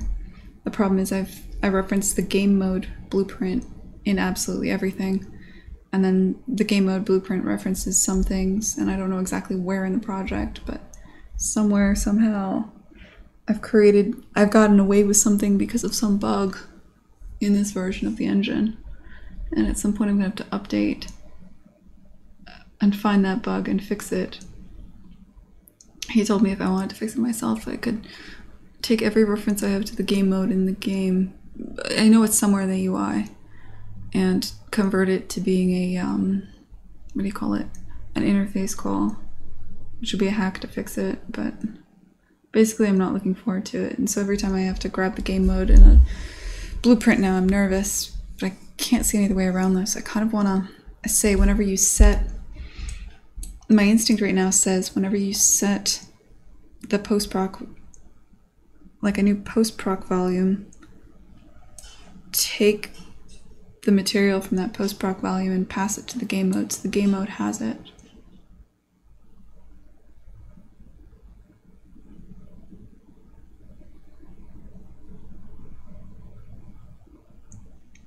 I think I'm gonna do that because this is the global map. It already references the game mode like 15 times.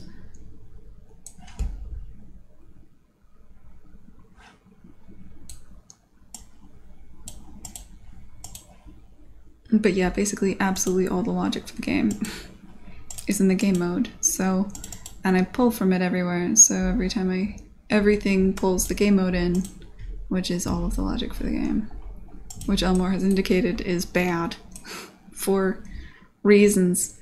What you gonna do? So now there's gonna be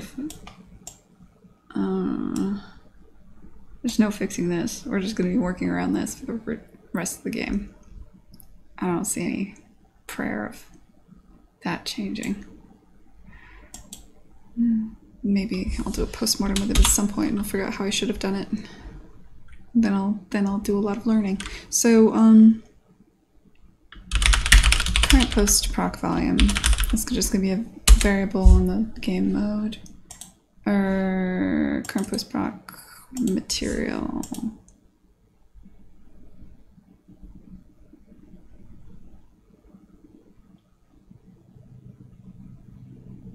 Current post-proc, where do I want to put this?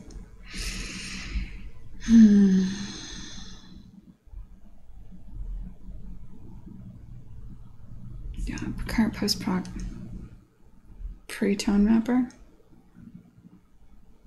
I can either make this an array and pass all the post-procs.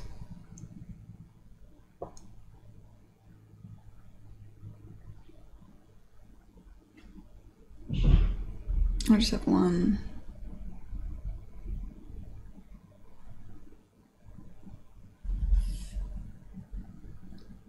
Could derive it. Sorry, I'm going through all the options. It's only ever past one.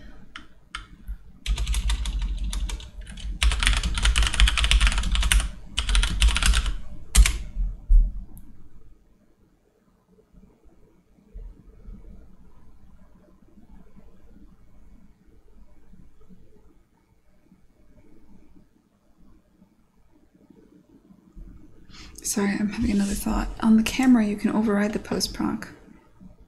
Is that good or bad? You can override the post-proc material on the camera. I might not have to do any tech, but I don't want to completely override the post-proc, do I?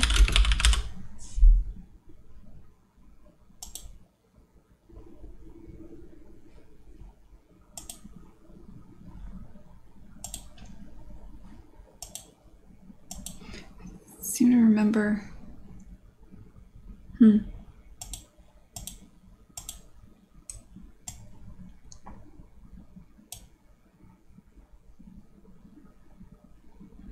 All right, we're going to find out if that's a problem.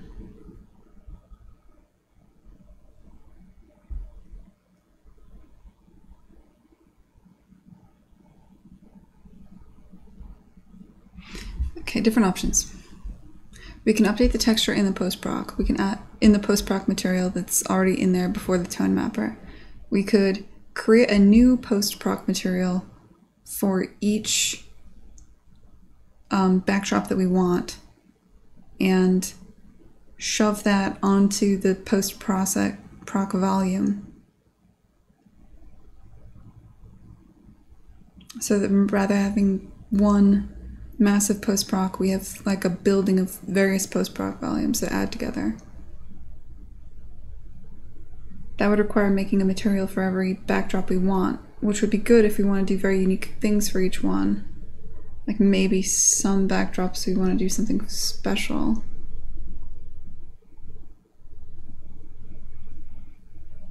It would be interesting, but that's kind of doing something that I'm not sure how I'd want to use that anyway.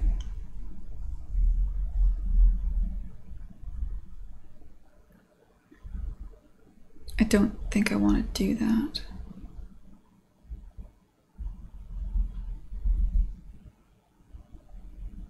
Oh god, I'm sorry guys, I haven't been reading.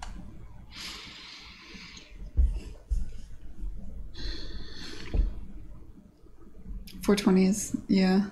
420 was the one, updating to that because they changed so much, the material stuff was rough. Hey, Puka.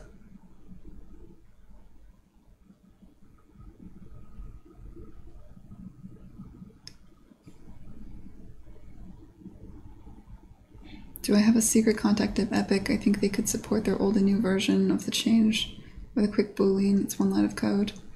I don't have a secret contact at Epic. I have Elmore. Like, I can just. I'm friends with one of the best engine programmers that's very familiar with the Unreal Engine, so I'm not that worried about it. If it comes down to it, I can always just pay him. He would probably do it for free. He's been kind of itching to help, but don't want to abuse my friends, you know what I mean?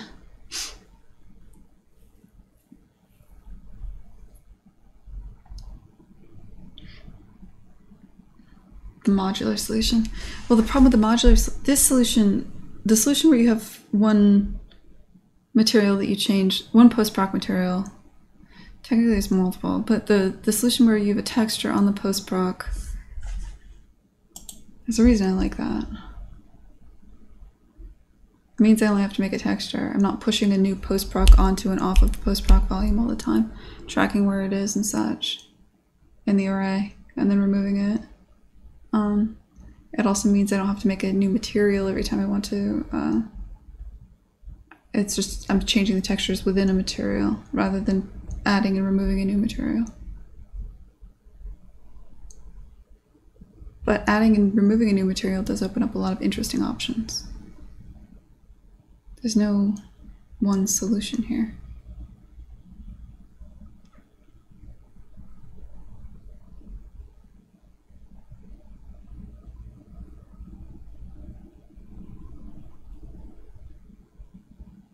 I'm not sure if I'd want that.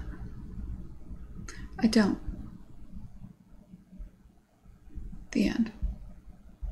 I'm gonna keep it, yeah, keep it simpler.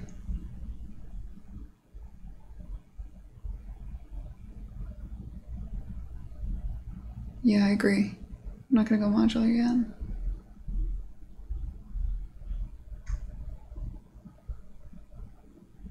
Yeah, I feel that way sometimes the script when I watch people do effects stuff in Maya. Okay.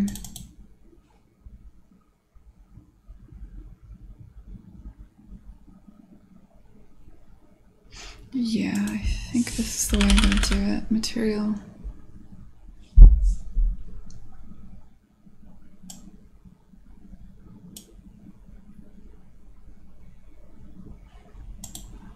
Actually, no. I need to pass the entire volume. Current post-proc volume. And you're going to be a... Oh, God, what are those called? I think... Are you literally just called post-proc volume? That's what I call them. Yeah, and that's what they're called. Haha. I know things. Post-proc. Post-proc. Eno. Post-proc volume object. Okay, so now the game mode knows what the current post-proc volume is. Find where you're setting that. Because the game mode is also calling to update that, which is interesting.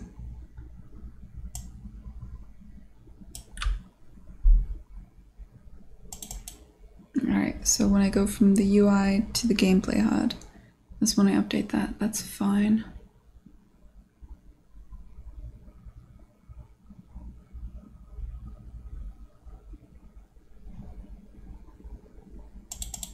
The fuck is a knit music sheet? God, that got cut ages ago. I need to clean this crap up, man.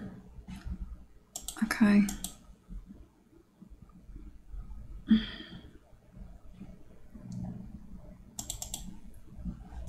Alright, so I need to make sure I'm doing this after this. Which I am, right? I'm gonna wait until the characters are all loaded.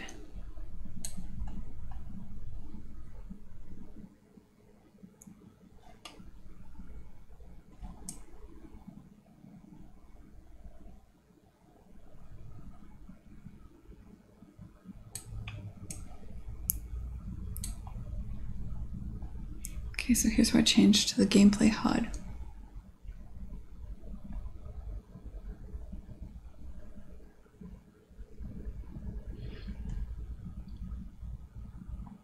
I'm gonna have to change to not to the gameplay HUD because I don't want to have that show.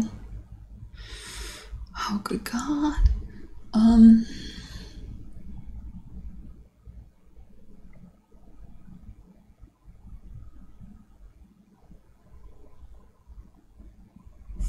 I need to update the post-proc volume.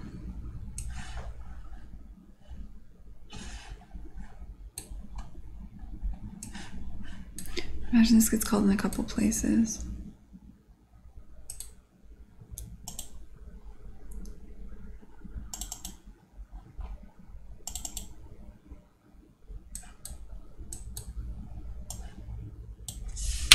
Good, that concept's gone. It's not called in a couple places.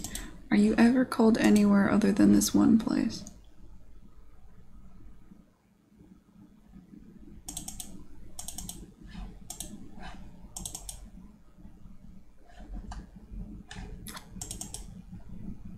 Called there and where? Nowhere else. Okay. Okay, so I'm gonna move this call. Where are you?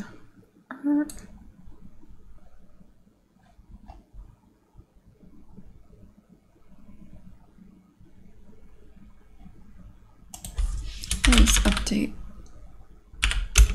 post-proc. So you get updated here.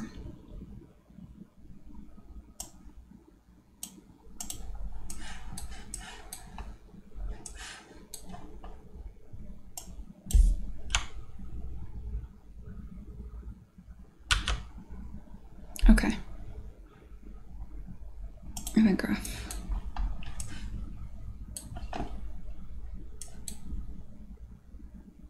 I don't necessarily want to set the UI to the gameplay HUD.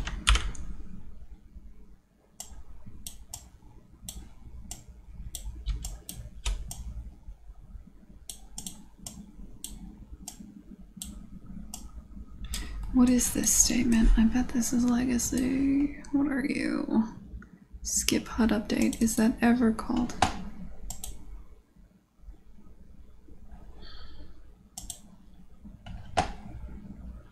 No.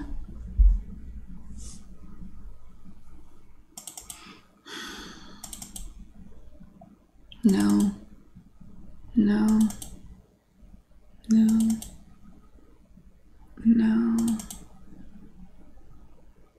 No. No. This doesn't matter. Check it anyway. No. No. No. No.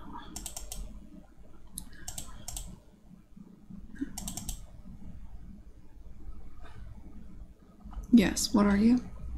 The teaser trailer. Okay, well, you know.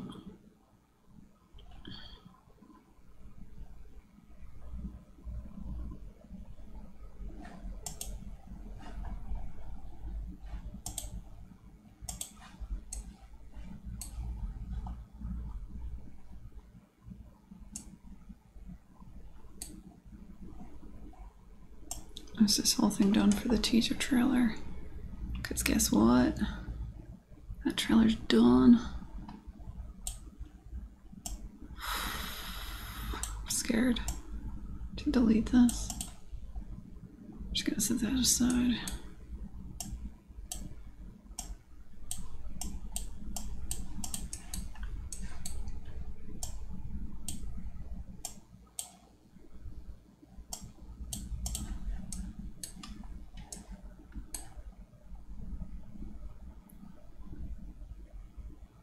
Okay, so here's where we update the post-proc volume.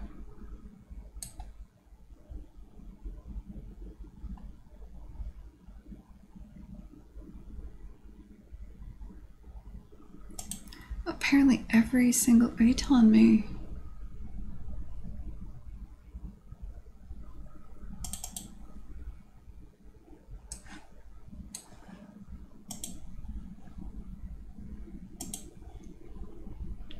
I think this has been running every single time.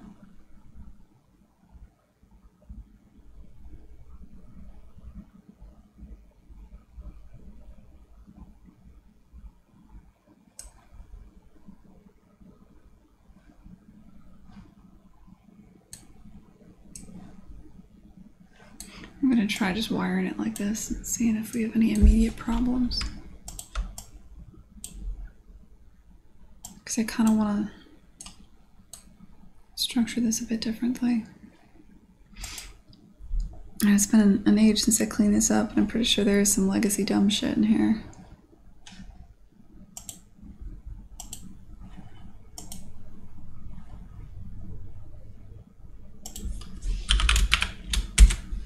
Are we not playing? Oh, we're compiling. Cancel, don't want to save. All right, let's try this.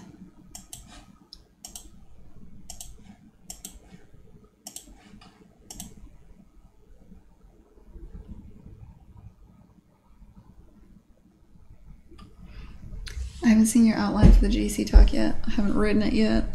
That would be why. Wait, Husky, are you in the group that sees the outline? Or are you like a fan that just likes the tags? I gave my pitch, my 2-sentence pitch. I can't tell you. It's a very easy prompt this year, I'll tell you that. Oh, sweet. Yeah, was I not included in the chain? Did other people say their outlines? Oh, hey, Nikita. What's up? Sweet. Yeah, I think our outlines were due Monday, but I didn't get an email, and wasn't quite, like, happy with mine, so I didn't submit it. Usually we have a group email where we all look at each other's outlines, but that didn't happen yet, so kinda.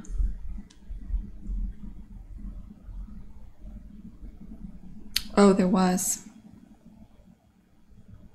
Okay, yeah, I didn't do that. Okay, dude, yeah, I'll do that tonight. Let me write a note.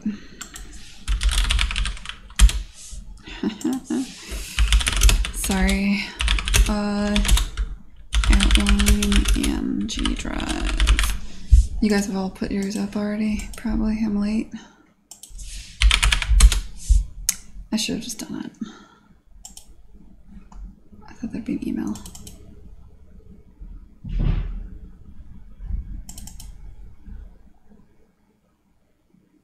How many people have done it? Everyone else has done it. Fuck. Alright, yeah, I'll do that tonight. Yeah, sorry, Nikita. Didn't know.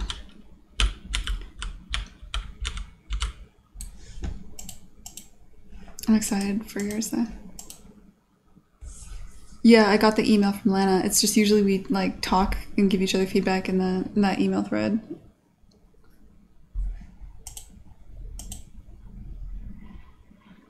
Yeah, thanks, Nikita.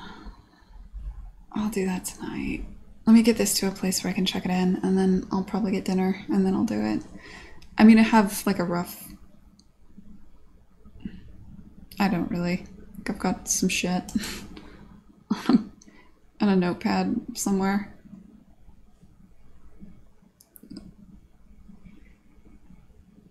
Also, I feel guilty anytime I show those because they drift so rapidly. Like, usually what I say I'm going to talk about, what I actually talk about, or like I rewrite it 2 or 3 times. So, I'm kind of a mess. But I never overlap with anybody else. I'm pretty careful about it. I feel way guilty. Sorry. Right, the game doesn't load. That's bad. Could not find resume game. Oh, well. Don't really need that now, do we?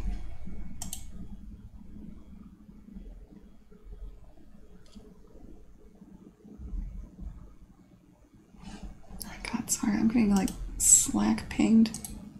That's why I always close Slack and Discord when I'm having fun.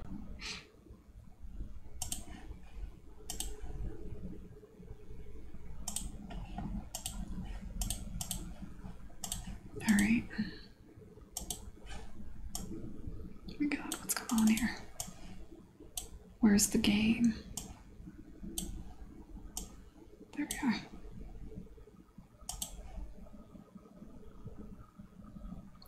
Okay, so if I'm right, nothing has changed yet. Nothing has changed and we're good.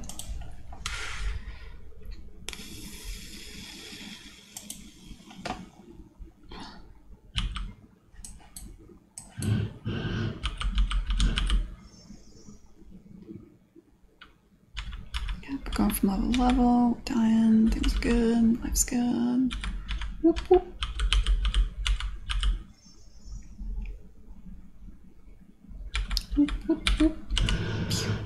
Okay, so what are things to test? Going in and out this way, clicking a different button here.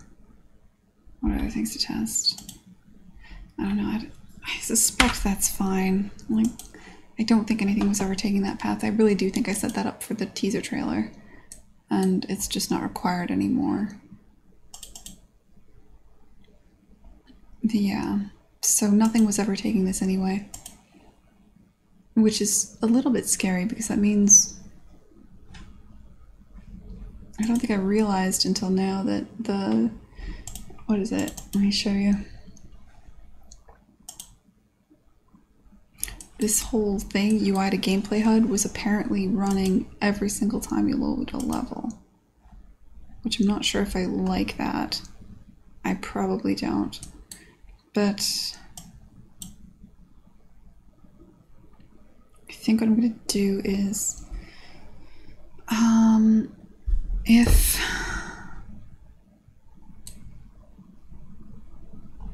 what's the quickest way to get to where I want to go?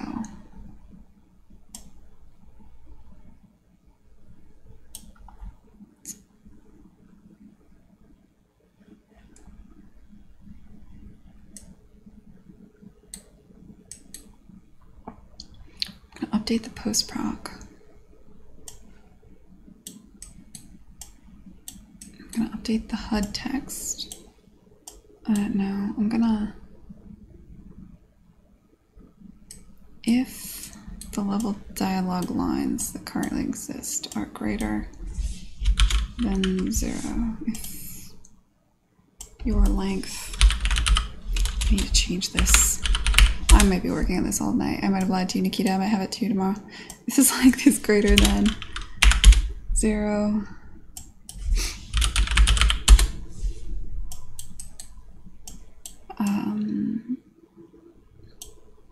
If that's not true, immediately go to gameplay HUD. If it is true, do this.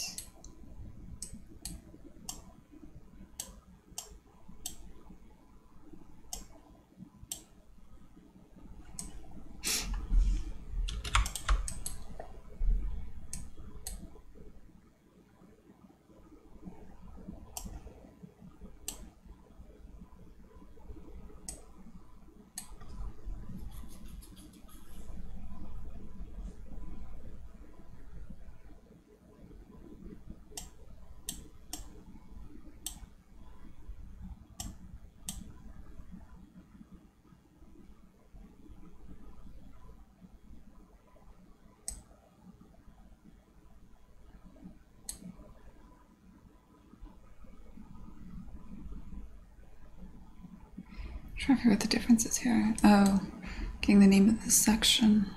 Okay, that's fine. You know, screw it, we're just doing this. I'll clean this up later. So put all this.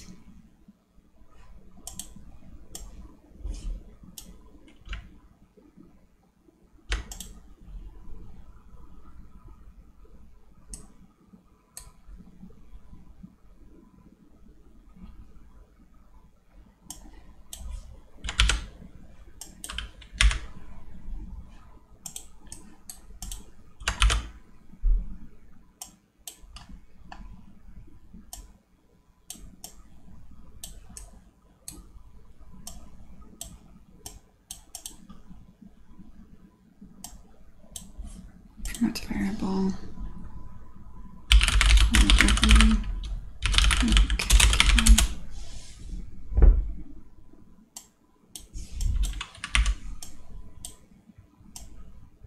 Set this to be your view target.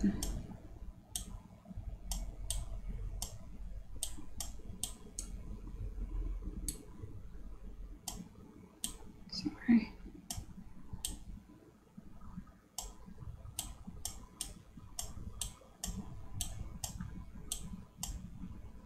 Alright, loop through all the cameras that have that tag. Loop through all the cameras. If it has this tag, you are the new level opening cinematic camera. When you're completed,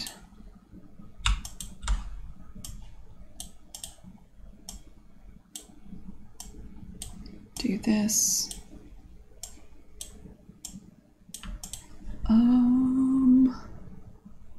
What else? No, if let's, before we do anything, let's clear this variable. Clear. Set to fucking nothing. I think that'll work. Clear this variable, loop through all the cameras, find the one with the tag opening, make that camera into that variable. If this is valid, not sure if it's valid works. I think it will for this purpose. I don't think that'll consider null valid. If is valid, do this. Otherwise, go back, bail up out of this bitch. Fucking, I have no idea what's gonna happen right now, guys.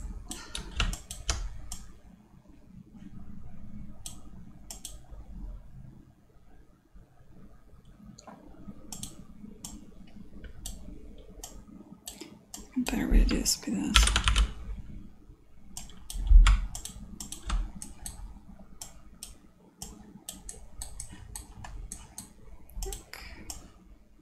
If this is false, bail out. Let's just always do this no matter what.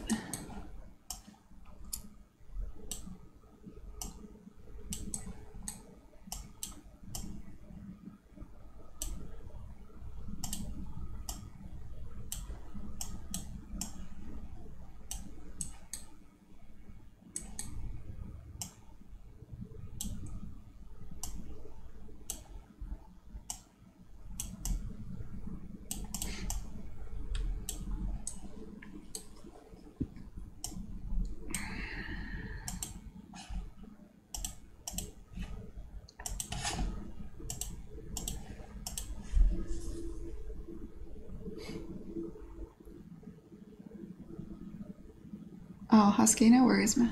Like, I think my first tack was, I don't know, whatever. So you're never too early to start. Once you get it, your first couple are scary because, like, you're establishing your voice and stuff, and, how to put it? When you only have a very few things out there, people will judge you a lot more on each thing. If your body of work grows bigger and bigger, then people will, either judge you by your entire body of work or by the best stuff in your body of work. So, I'm not saying you should put a lot of shit out there because that'll lower the bar, but like, I don't know where I'm going with this. It's good. It's good to practice. It'll be cool. You'll crush it. Hey, Amph, what's up?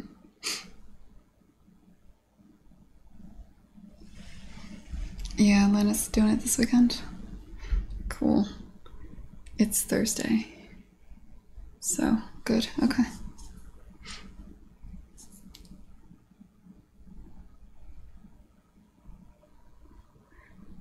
Yeah. It's a fun groove, too. I like the nervous energy. I'm usually really calm right up until then. And I remember the first year, I don't remember who was next to me, but like Ryan was next to me. He's like, Gwen, I'm really freaking out, Gwen. Gwen, I'm really freaking out. Are you freaking out, Gwen? I was like, I am now. Jesus, Ryan. And they got me amped up. You know when I'm nervous, like my voice just gets weirder and weirder. Like it doesn't make any sense. And so I went up there and I was like, I don't know how to explain it. Like I don't even look like me. Like I go back and I look at that talk and I'm like, who the fuck is that? I was so scared. Everybody freaks out in a different way. But the thing is, that room, this is the fun part. Like the micro talks are the fun ones. And that entire room, everybody that's there is paid to be there or is extremely excited to be there and wants you to do well. Like there's nobody there that doesn't really want to, like they want this to be a good thing. This isn't a thing where you're going up on stage and everybody's secretly hoping you fail, you know? Not at all. It's kind of like everybody is up there hoping to have a really good time and hoping that you're good and rooting for you. So that's a fun one. I like GDC a lot. It's a lot more, you know, the scariest thing is actually talking to schools. You wouldn't expect it, but there's something about, you know, being brought into MIT or whatever, and you stand there, and you're doing a presentation, and you're just watching the heads hit the desk and then falling asleep. Like, oh, someone's speaking to us. And they're just like not paying attention at all. There's something about that like going to an entirely disengaged room. And you don't take it personally because, you know, it's students, but it's still like, Jesus, this is so... It just makes you so much more nervous. Any advice on getting into the industry? Where to even start? I'm a character animator graduating soon. I wish I could help you, man. I graduated a long time ago. So, like, different people need different advice and time has passed. I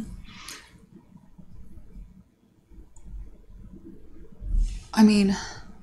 The first thing I always do is if there's a job you want, find somebody that has the job you want.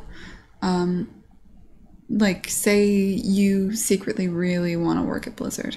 Go find a Blizzard animator and look at what they have online. Keep in mind they probably haven't updated whatever it is they have online since they got the job at Blizzard. And so that'll give you an idea of what it takes to get a job at Blizzard.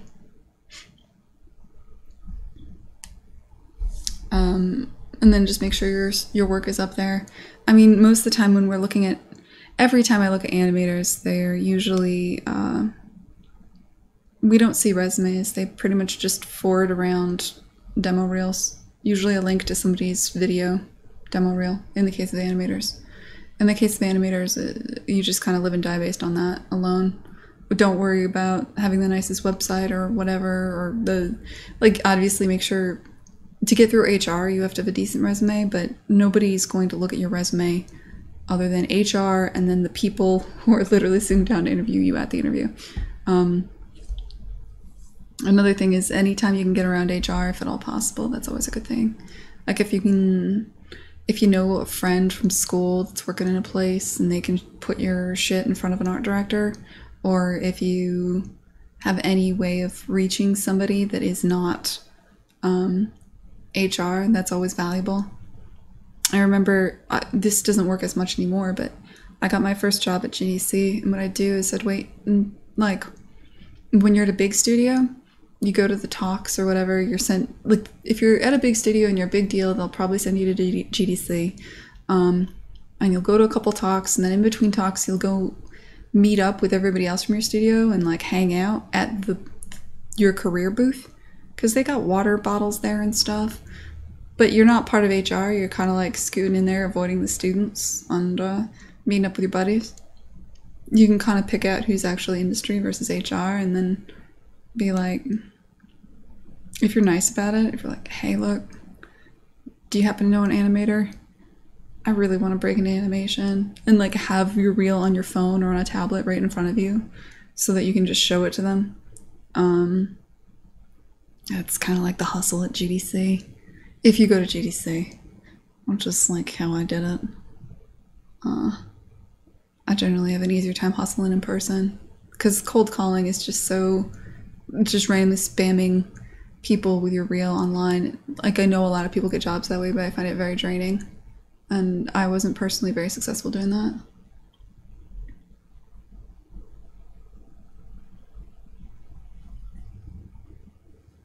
They want mocap experience on every animation job I saw in my country.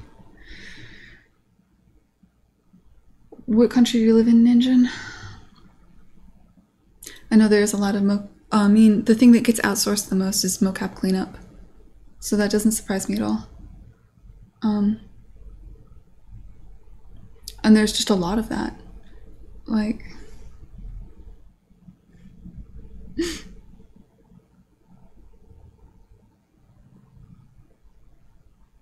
yeah, SIGGRAPH is good if you're in film.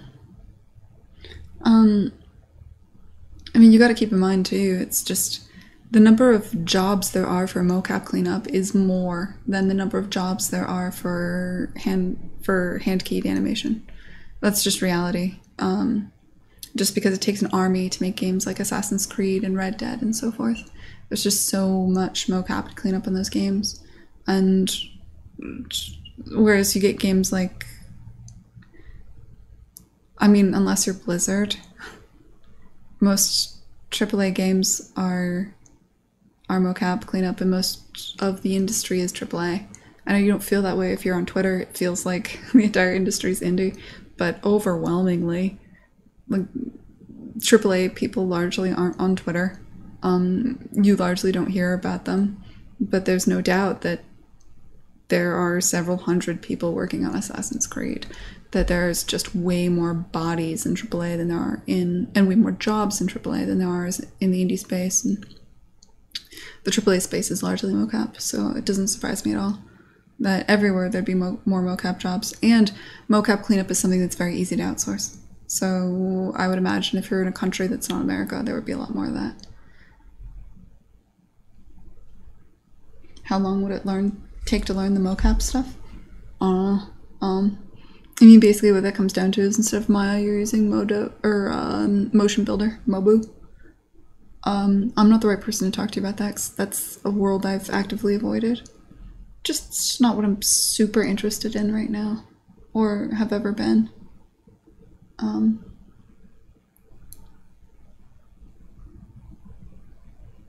Nothing wrong with it, it's just not my thing. Oh wait, is there a thing where if a mocap actor jump, the quarter keyframes does not recognize the jump and y-axis, so it just pulls the character under the ground for cleanup? I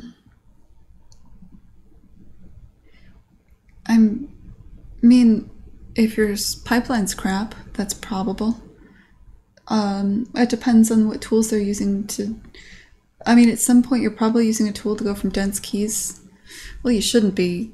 There was a time when people believed that you could never work with dense keys, and so they would do things to clean up dense keys, which I think is throwing away the entire point of mocap, which is that it feels very realistic and you have that kind of jittery motion.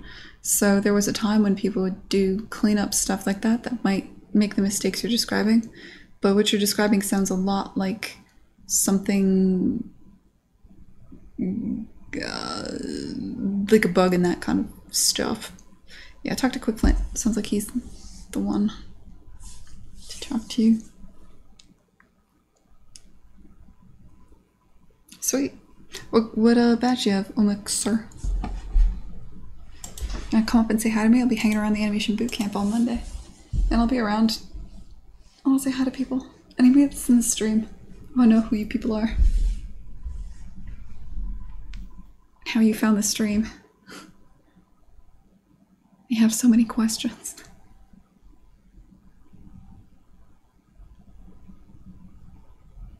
Yeah, it is fun being in San Francisco at GDC. Just because, like, the entire world comes to you. It feels great. Yeah, Husky. I didn't realize you were one of us. Nikita, it's a good time. It's a really good time. It's basically summer camp for animators. Oh god, I was supposed to talk to Autodesk about sponsoring the animation boot camp party a week and a half ago. Let me write down that note too. Hey bitch. Remember how you was... Alright, no, that's a dumb note.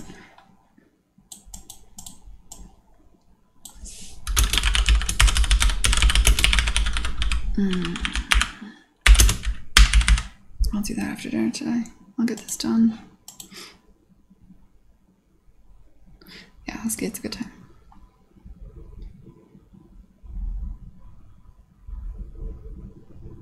Getting better with social media presence? It depends. Is your goal AAA or indie? I would argue don't bother if you're AAA. It's, I've never noticed it to be any kind of benefit if you're in AAA. To be completely honest, it can only hurt you. Like, that's why most AAA people aren't on this stuff. Like, you're far more likely to get in trouble than you are.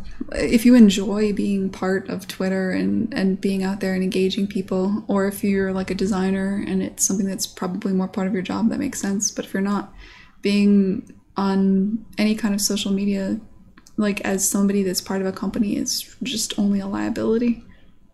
Especially if you're in a big AAA project, the press are just digging through your LinkedIn, looking for clues, looking for any kind of gossip, you know, that they can use.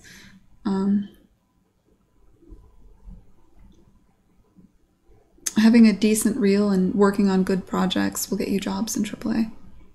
You don't need to be this ever-present thing on the internet. That's only a thing in indie. And the only reason I started doing it is because I went indie, right? Also, I think I don't know, there's a marked difference in my mental health before I joined Twitter. I didn't really start that stuff until I went indie.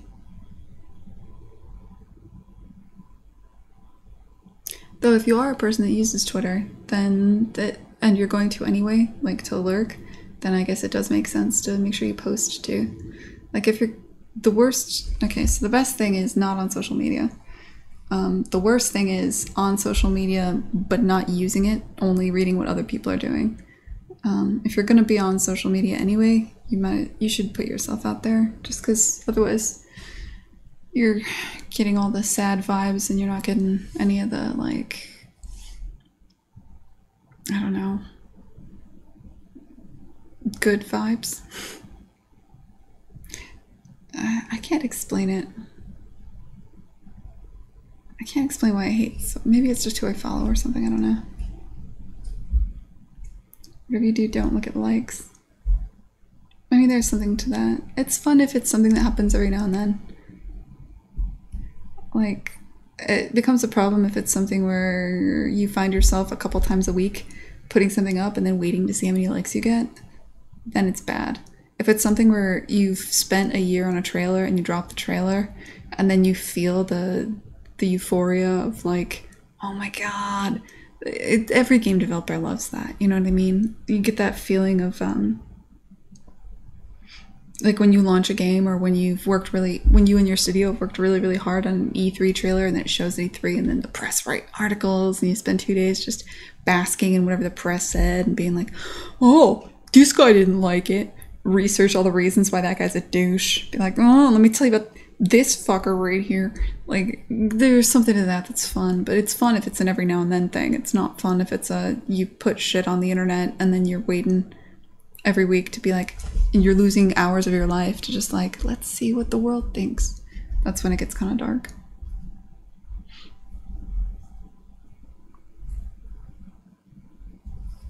Yeah.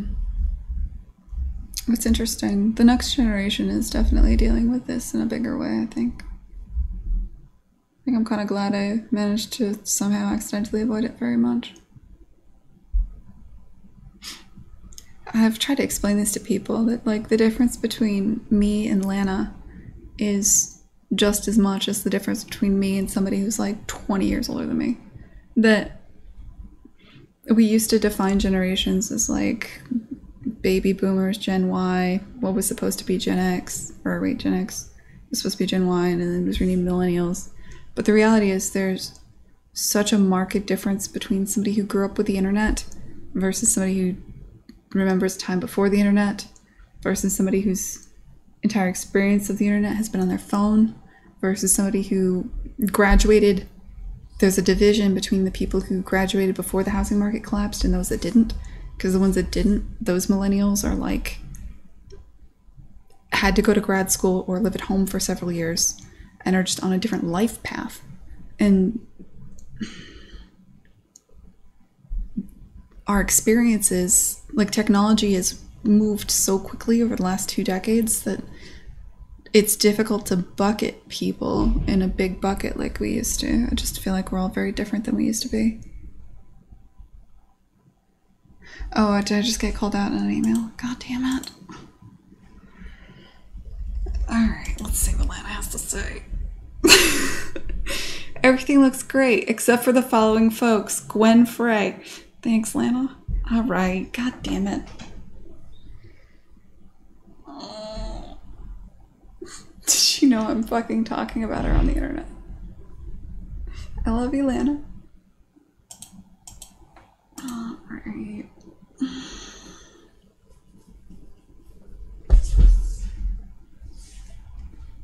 Yeah, I'll be there all week. I don't know what my schedule is yet. I don't know what I'm doing this year. Last year I was busy as hell. This year it might not be so bad.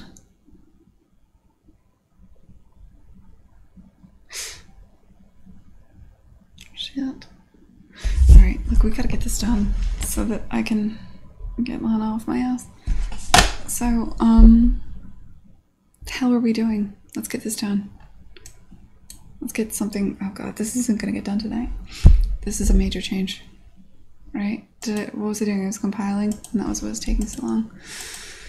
We're gonna see, and I think if I load into the opening level, it should jump to the camera. That's what we're trying right now.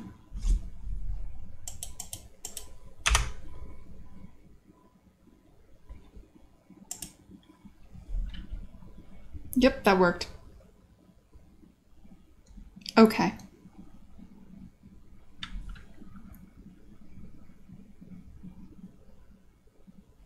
Whereas, and if I'm right, I'll take a different code path if I load into any other level, and I will not jump to that camera.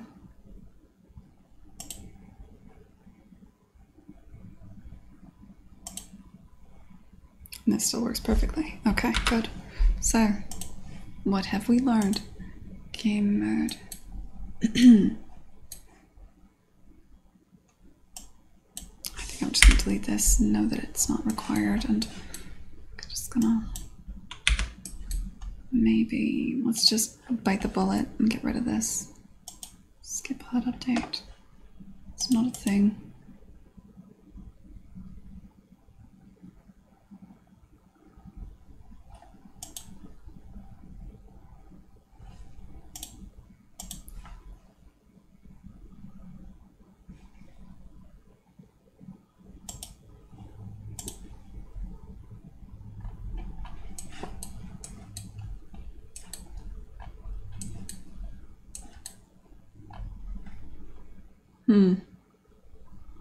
Okay, so what I do need to do is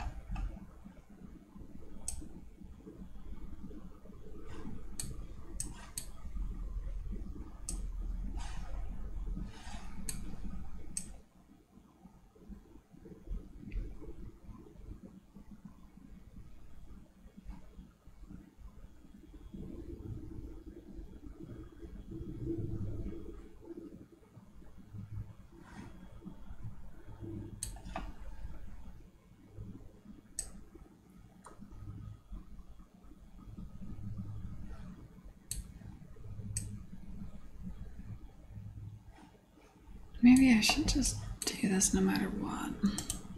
At least for now. I'll break it apart later. Okay, so fuck all this. No matter what.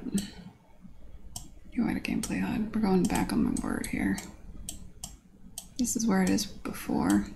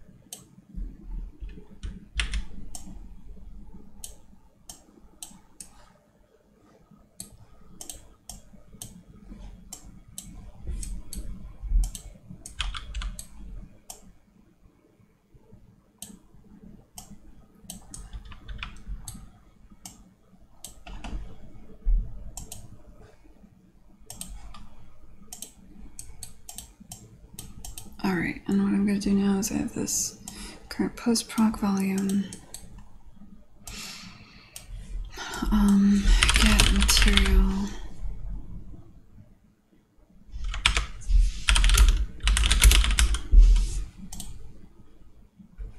Alright, so in the post-proc volume you have materials, right?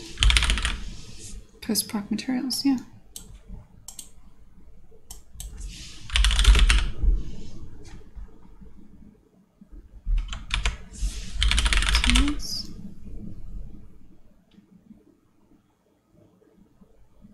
Oh, good God. There was something about this, wasn't there?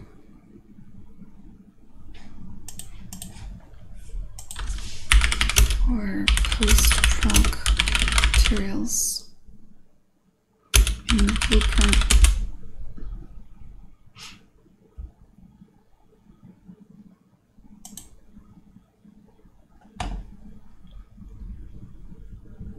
Blendable, right.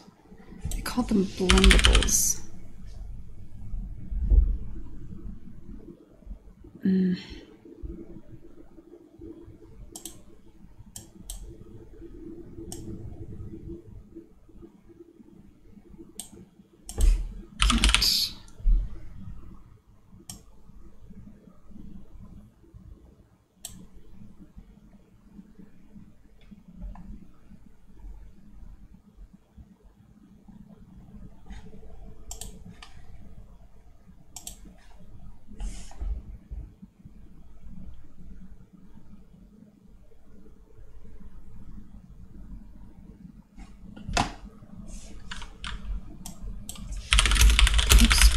settings. Get settings. Break. No.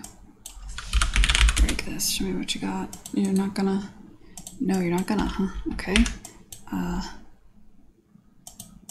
Variables, utility. Alright, what are you guys doing? Break weighted blendable. I can't break this? Fuck.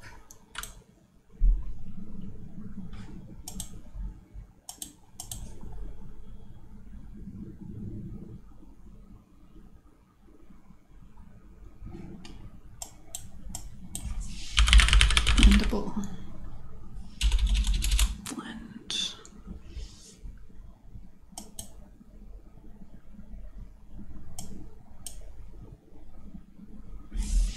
They changed something here.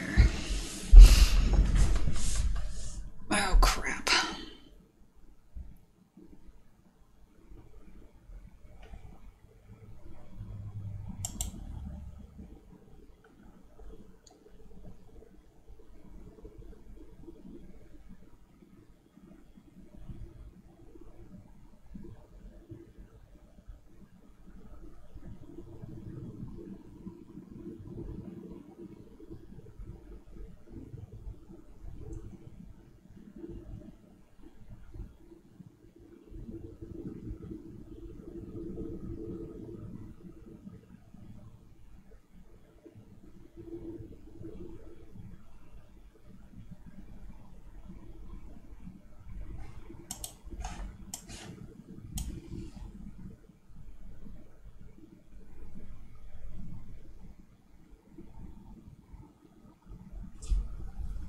Camera. Yeah, but what about a...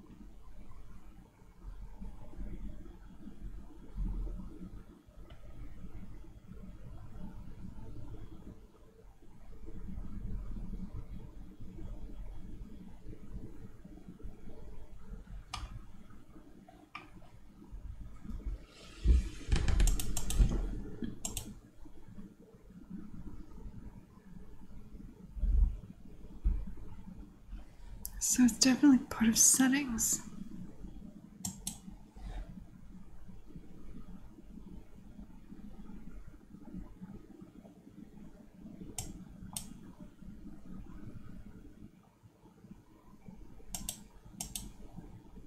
There's definitely something here I'm missing. You should be able to break this.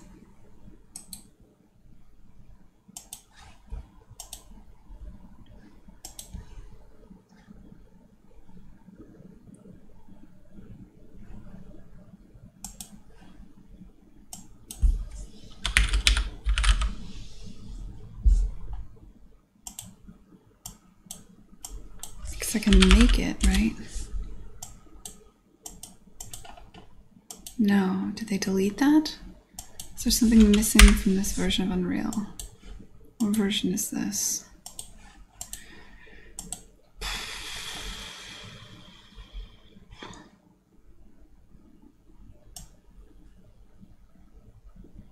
.12.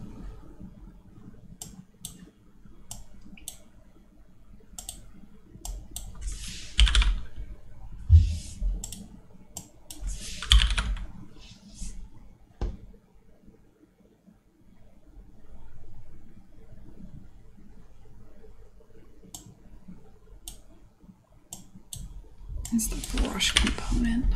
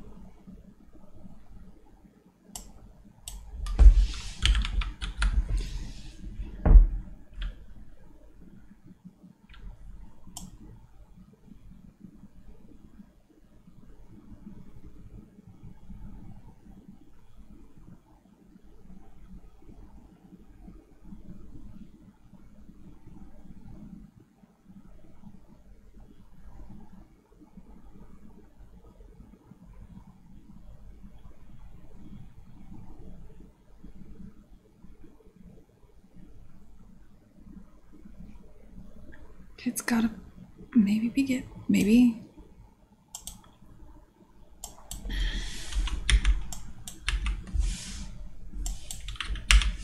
Maybe this.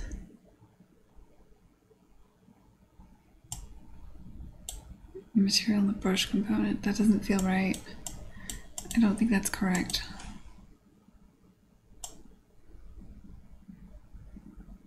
I may not have a way to get at this anymore.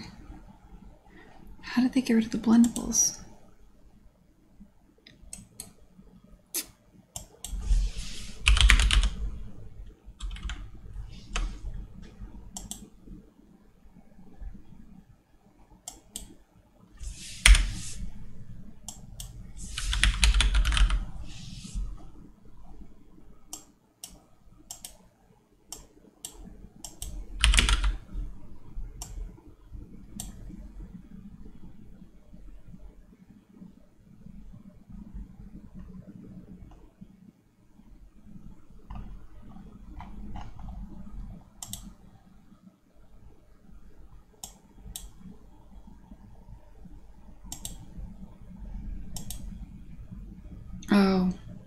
Oh, they've just added the ability to hide pins. Oh, fuck. Okay. So they're here. Oh, thank God. Scared for a minute there.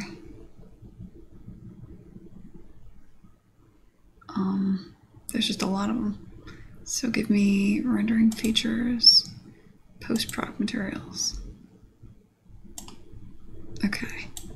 So get the current post-proc materials.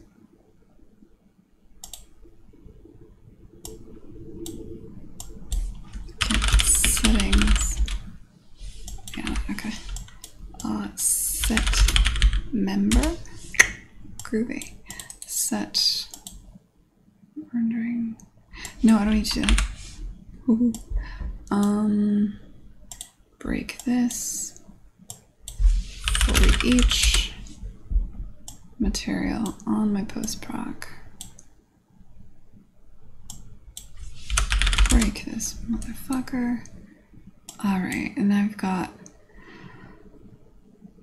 object. Cast the material. What are you're literally an object. Okay, fine. Cast it to material. What kind of material are you even? Maybe I can have to call you. Just material. Okay, fine. Cast to material.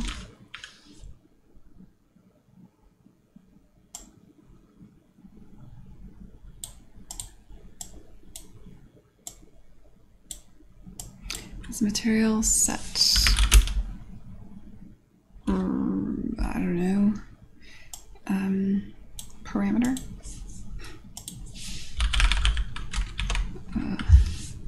Yeah, it's that parameter, right? Maybe.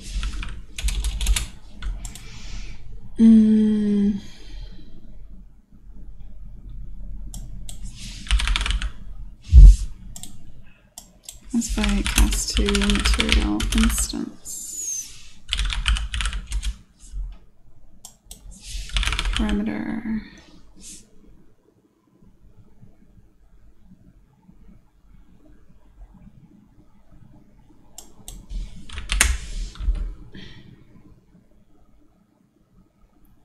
I don't know why I go with that. Cast to material instance. Set parameter. Set texture.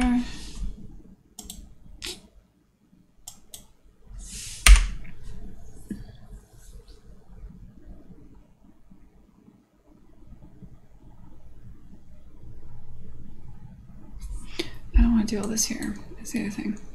Okay, new plan.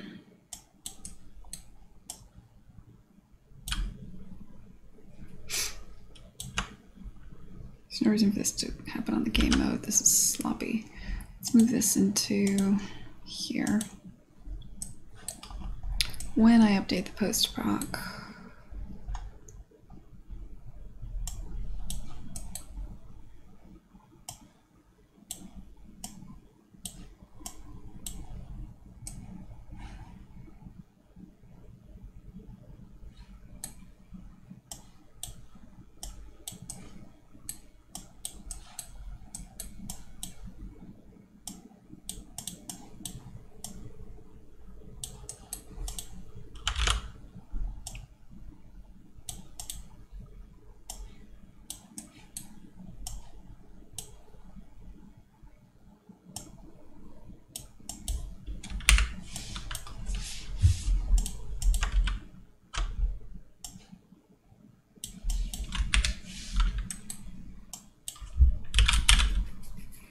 Cast material instance.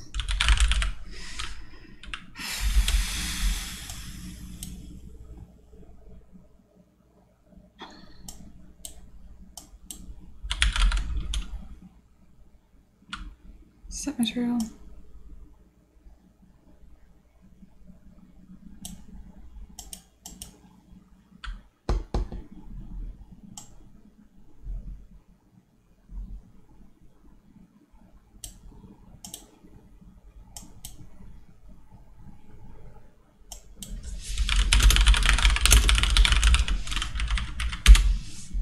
Cast material instance dynamic. Set parameter. Alright, so it's gotta be here. Take this, cast a dynamic material instance.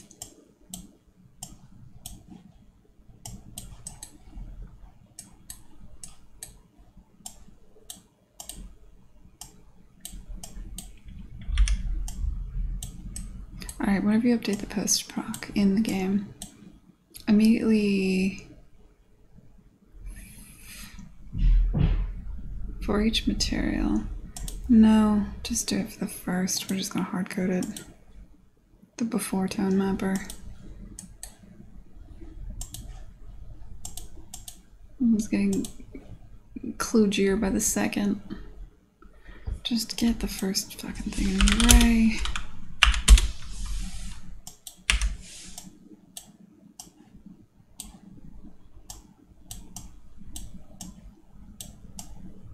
Cast it to a dynamic material instance.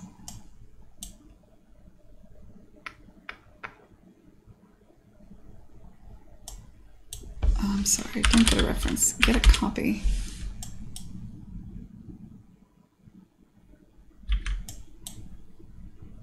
No, do get a reference. Haha, don't mind me. Set array element. Index 1 to be this. For fuck's sake. Oh. Make 1.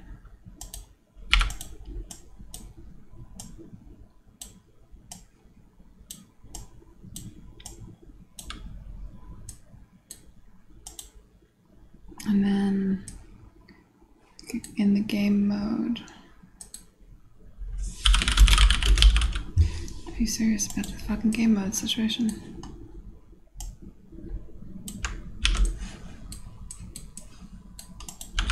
Game mode, cast game mode.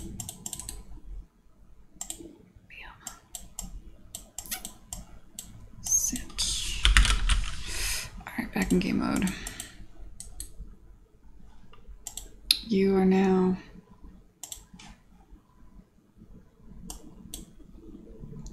current post proc material.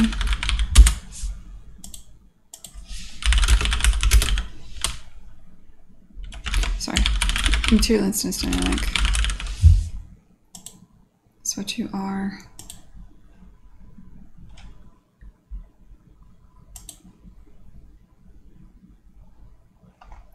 Where was I doing all this? Master game. Set post proc material. It's not gonna show me until I compile.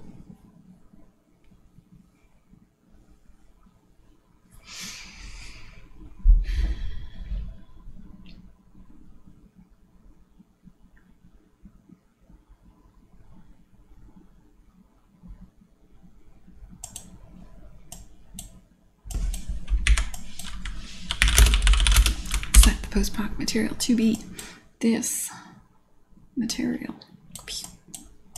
Done. Bam, and now the game mode will always know what that is. Alright. This is arguably an okay way to set things up, I guess. So now I can just fucking take this, set texture parameter value.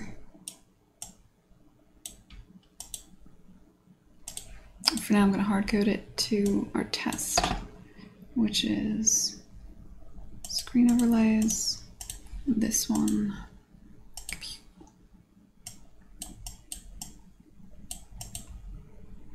And then for the sake of our test, I'm just going to delay, I don't know, 5 seconds. And then I'm going to dynamic set view target with blend to the dynamic camera.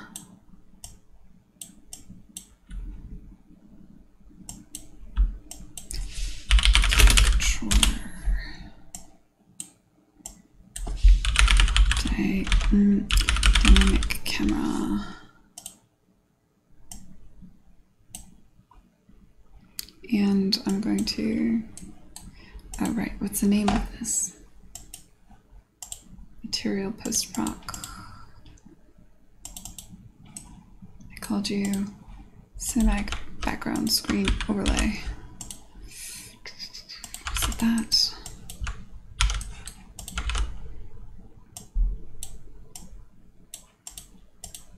Set this to nothing.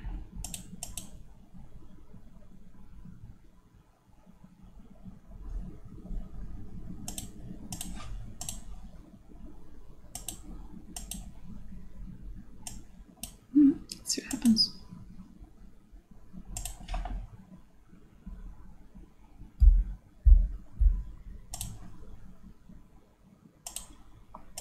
This will be interesting.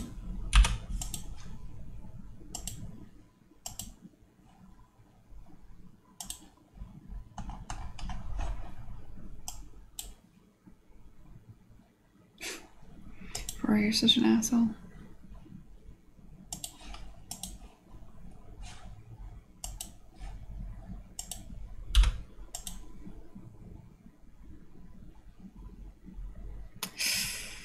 Okay.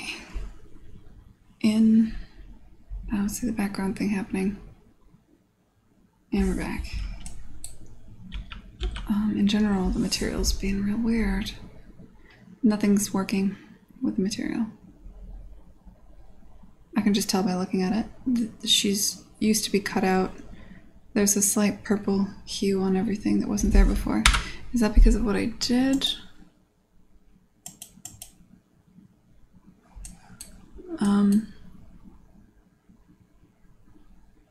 What part of what I did broke that?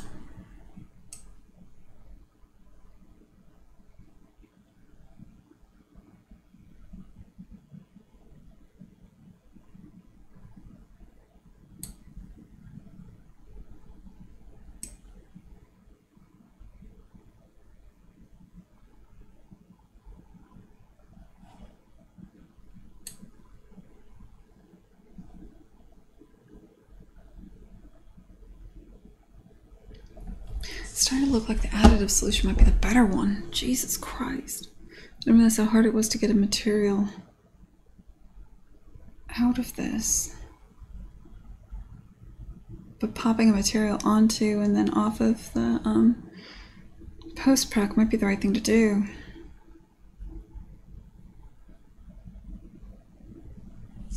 Like, is it easy to just say...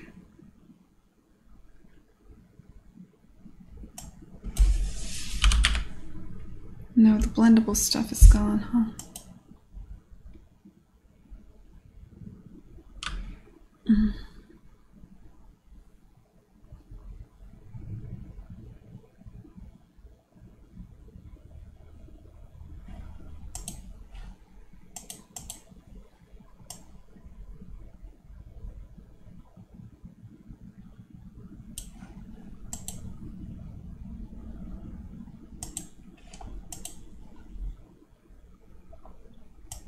Okay, so just so we're clear.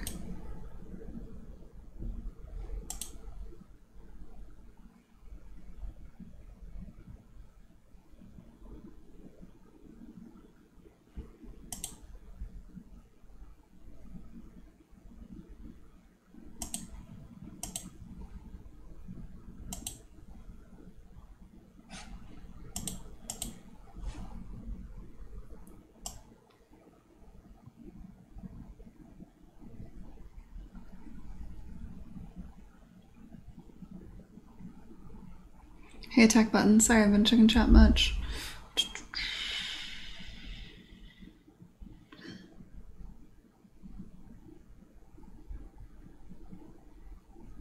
Yeah, Amproof kind of caught up. And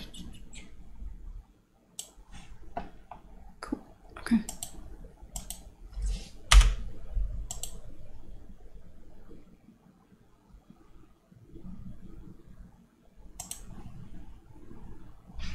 Oh, Jesus. That's not good. That's very bad. Okay. Well, that's what happens if you completely remove it. What did I do there? I mean, I know I went around some stuff. Right. Well, I eliminated the ability to set any post-proc. That's dumb.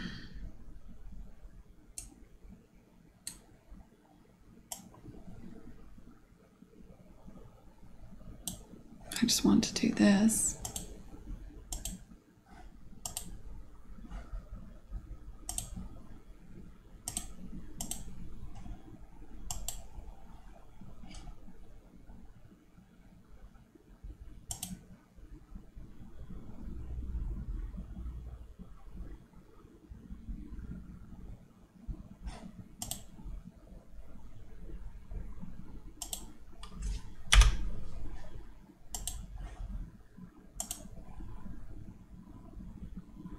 Okay, it looks like the materials. Well, give me a minute, I'll tell you. Yeah, okay, so the material's fine here.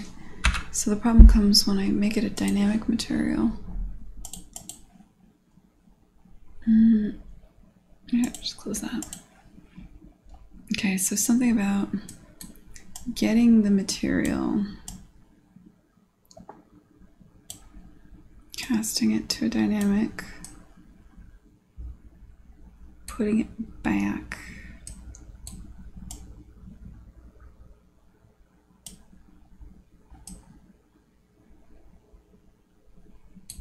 Well, I mean, it could just simply be something a lot simpler. Like, it could be that I actually fucked up in the material, so we can check that. Like, here's the material.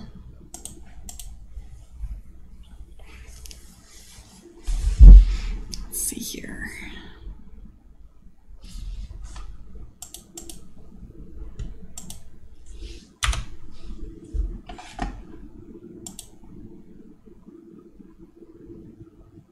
Alright, so this looks fine.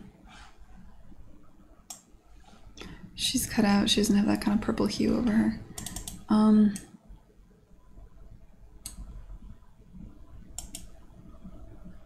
What happens when I change this to this?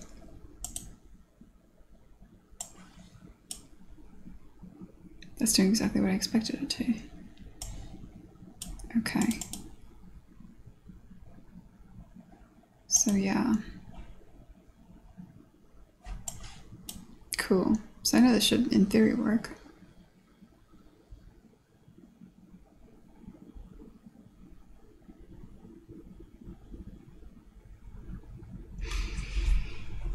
Maybe I do get rid of this whole idea of changing a texture in this post-proc, and I just add and remove post-proc materials. Maybe that's the right solution.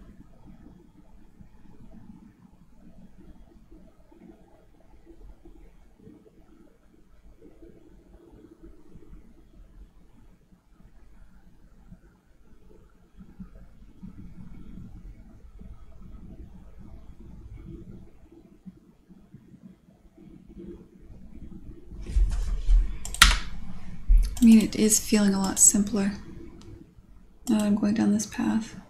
Let's think it through, let's try it. So if we got rid of this, wait a minute, no, keeping that, I'm sorry. Get rid of this idea. Instead, just kill it. Kill it.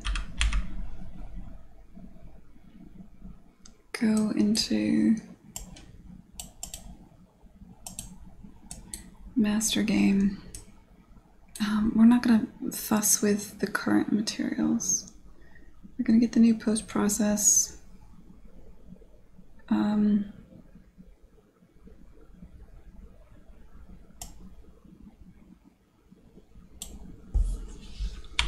add. Yeah. You have the ability to add, you have the ability to remove. Yeah. Okay. Seems simple. Add. Add a new material.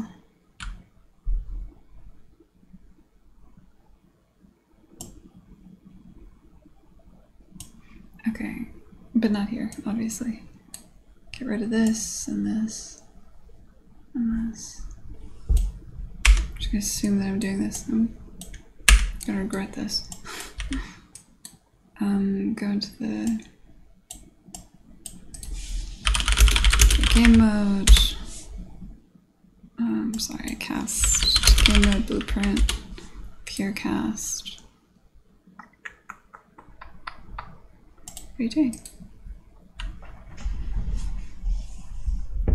Where's your purity?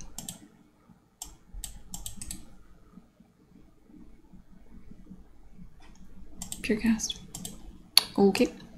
Pure cast to that. Go to the game mode now. This is current post proc volume. I'm gonna make you post proc volume. Done.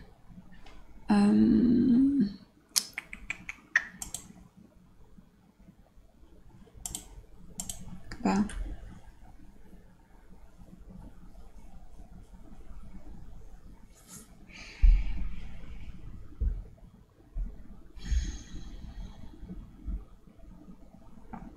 I need to clean this all up at some point. It's not gonna be tonight.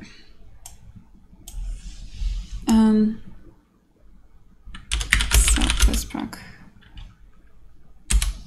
Set the current. What?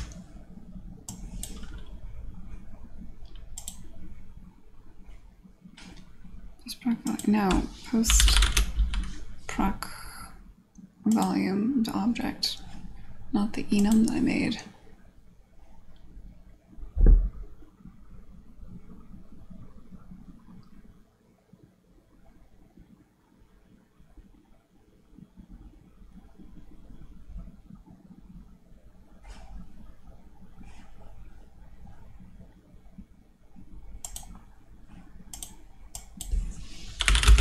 Post proc volume.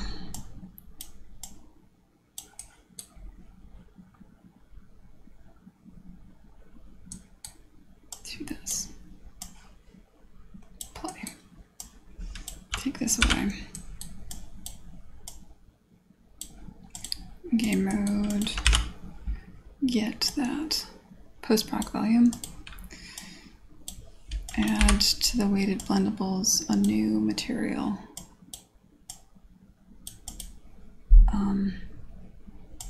Don't get. Add.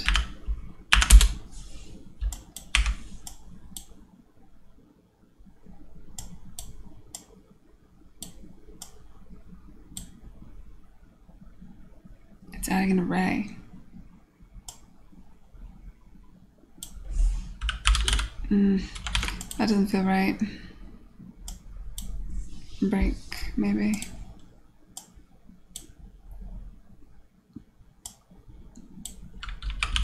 Add to this array.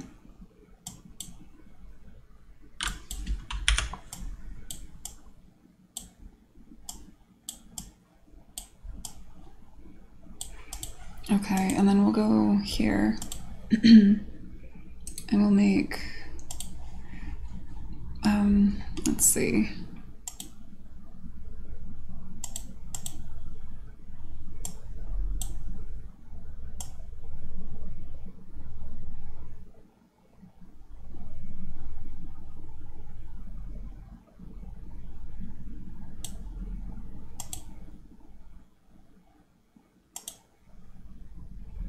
Background overlays panel, so 1. I mean this.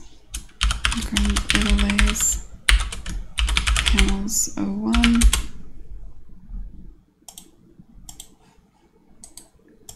Okay. Make blended weightable, whatever. this. I have no idea if this will work. Let's just see. And then I guess, well, I mean, if I'm going to add this, I want to get rid of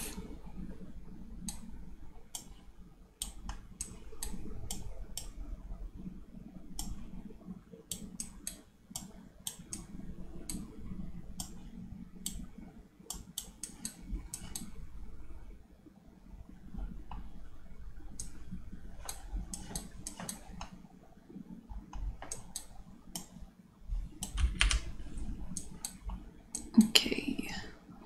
You don't like this Y. Float 4 to float 3.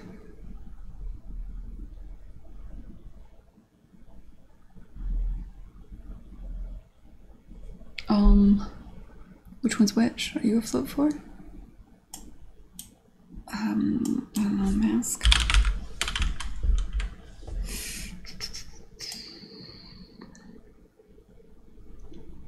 Can I mask it? Shit, how do I convert from float 4 to float 3?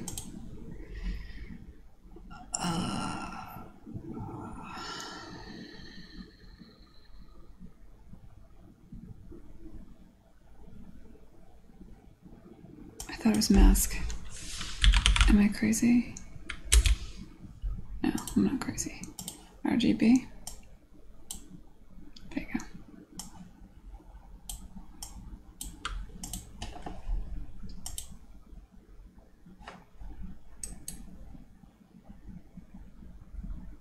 go. Okay. So now this is just a material that only does the overlay. And this, we're gonna take this back to what it was before. I added all this madness. Let's see if it works. Probably won't, but you know, girl can dream.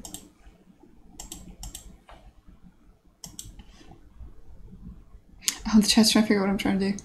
Oh wow, there's a lot of talking. Okay, so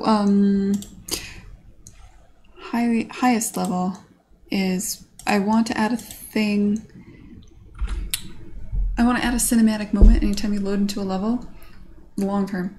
Like, I'm going to do this, probably this will take most of the weekend to get it polished, but anytime you load into a level, I want it to zoom into a specific camera, play an overlay over the background, and show you those two characters talking, and then the second you move, that goes away and you immediately go into the gameplay. And I'm just putting in the bones of getting that to feel like it's working now.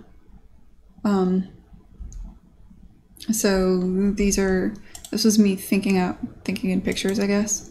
This is the first picture I'm trying to do. Is I've taken this black and white image. I've already got the ability, I know how to, in the material, in the post-proc, I've already got the ability to cut out the character and the level they're on and put that over it. I can put a post-proc behind the character. I'm just figuring out how to make that be something I dynamically turn on and off in a system that I can use repeatedly. That's kind of like where I am right now. It's difficult to articulate what I want, because I know what I want in the end, but how to get that. Like, what I want is when you load into a level, at some point that makes sense and looks good, you cut to a camera close above the character and it looks like this comic book frozen moment. You see them talking and you see this backdrop, right? And then the second you hit move, that goes away. That's the long-term goal, and that's what I'm working towards right now. Right now, I will just simply be happy is if when as a test case, when I load into a level, I get the effect I want, and then after 5 seconds, it goes away. That's what I'm trying to do right now. And that's what we're going to see if I got that working. Because the post-proc, adding things to the post-proc volume has always been kind of weird black magic. Ooh, is it working? Like, the camera's way too close, right? This is just a quick try. Yeah, okay. Yeah, I want that to be,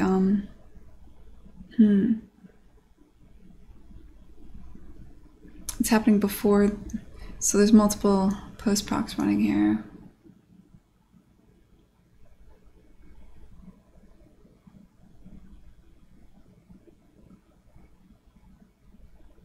The one that's after the tone mapper is really purpling up the background. And also it's never going away. So let's try a couple things. Thing one. This camera's way hella close. I've got a real way of knowing what this is gonna look like. That's obviously too close. What kind of shots do we want here? I don't mind if it's, for our testing purposes, kind of similar to... I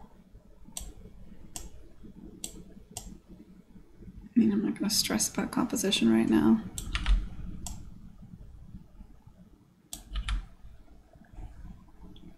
I'm sure I'll stress about that later.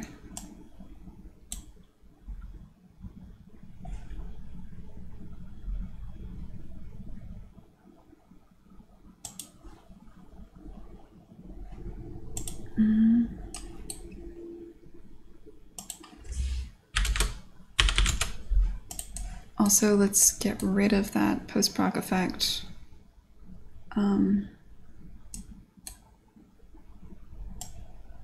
Remove item.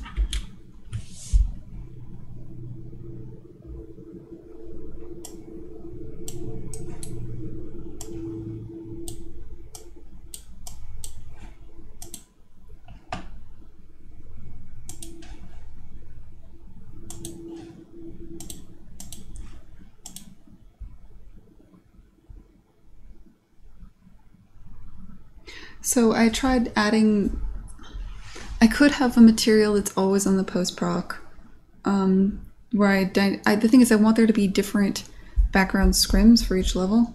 So I think it is better to just simply slap a new post-proc into the stack and then remove it. Plus that, to be honest, that does give me a lot of freedom because I can literally do anything I want for that backdrop scrim. I could make it animated, I could make it colorful in some and not in others. So it's growing on me. I like the ability to slap a new post-proc material on just for the cinematic moment and then take it off, which is what I'm trying right now in Engine. But obviously there's a million different ways we could do this. Yes, you could have all imaginable post-proc materials on there and blend them on and off. You could have one material that theoretically where you change the texture for that and then blend it on and off.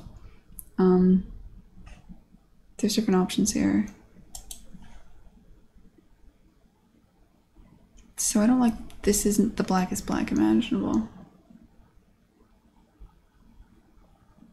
I just tried having a bit of a camera lerp. Okay, so we have the beginnings of a thing. I don't like that.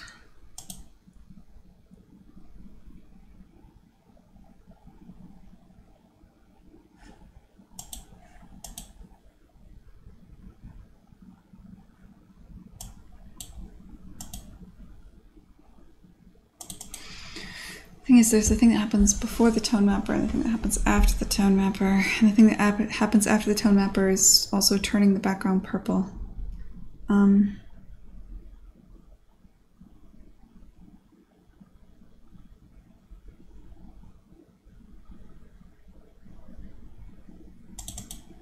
Which is this.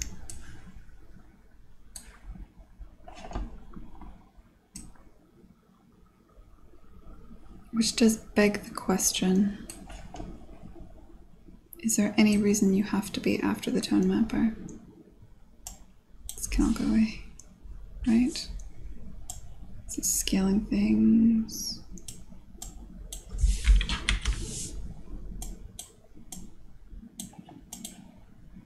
This is a scary thing to change, but maybe I'll try it.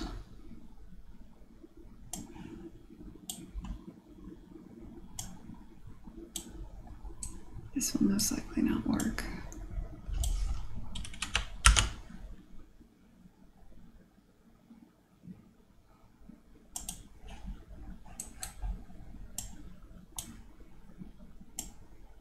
What if everything was before the tone mapper?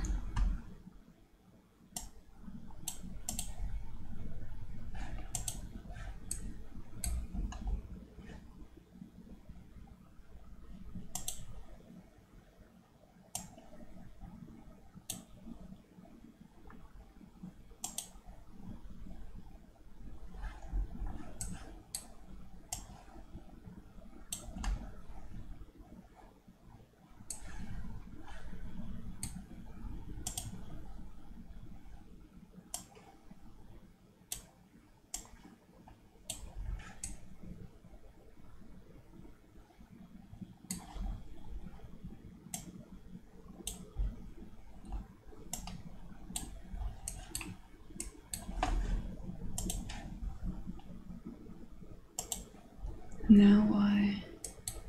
Multiply. Right, of course. Float. No.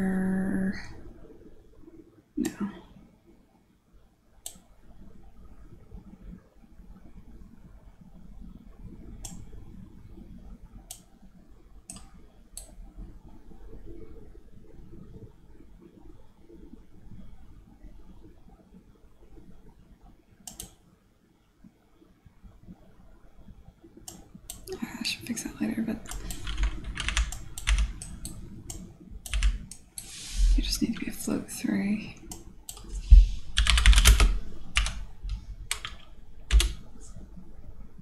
No, full. Jesus. Float. The hell?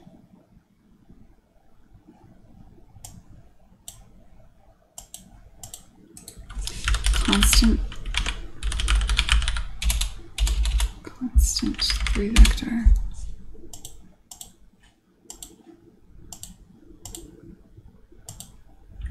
God damn it.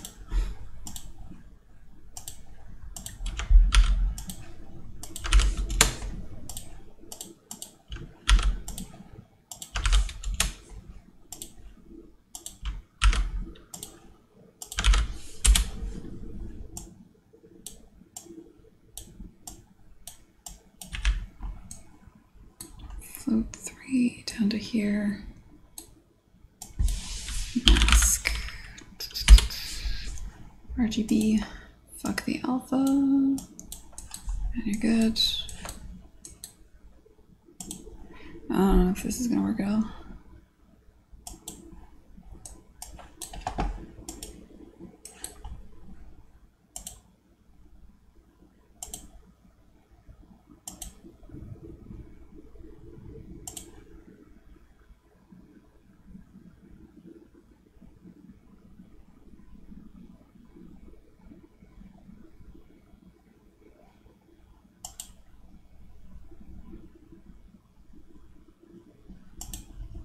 So let's just go to total even level. See if the materials look right. Oh, good. No. No, that's bad. Wow. Okay. Alright, so that experiment we're not going to do.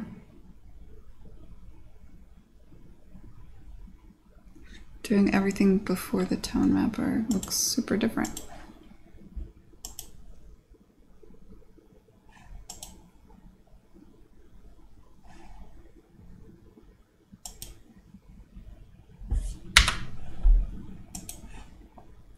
Probably make it work, but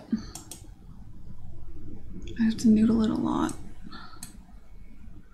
I have to noodle this at some point anyway, but still. Wow, that looks so bad. Is everything definitely applied?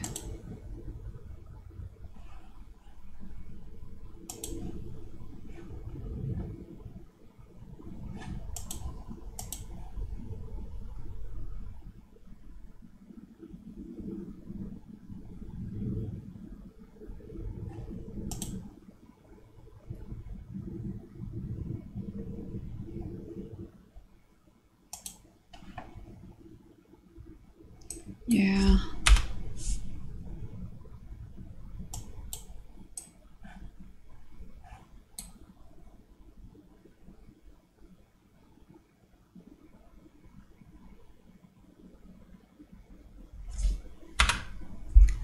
Something's just different.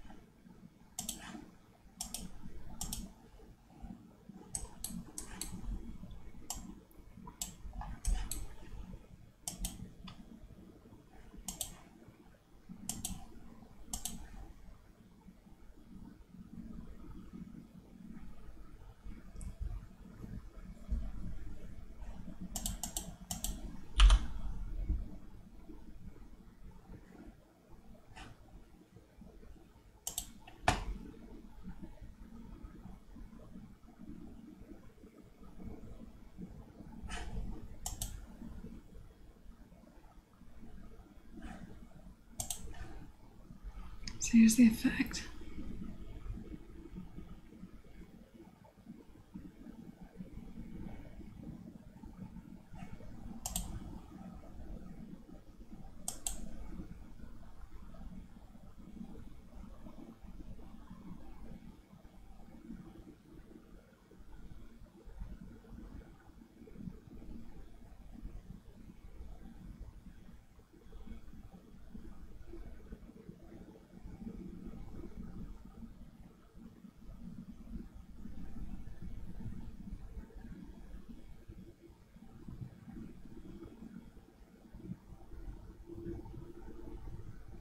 There's just a lot to consider here.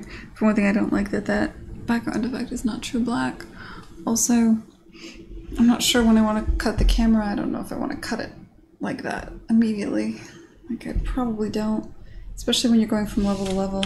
Like, I kind of like that the camera eventually tilts down. Kind of shitty to lose that. Whereas if I do this effect, then it just cuts. Just may be fine.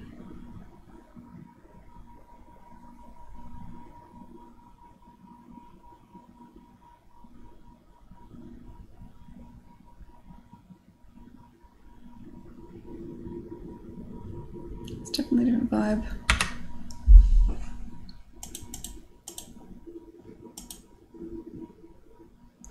Alright, I'm gonna go get some dinner. Set this aside because there's still like a couple days of work here. This is not gonna be something I finish tonight. But now you know what I'm doing. Hopefully I'll have an update for you this weekend. I do have a rule, I'm supposed to stop working after 7. I need to take time off.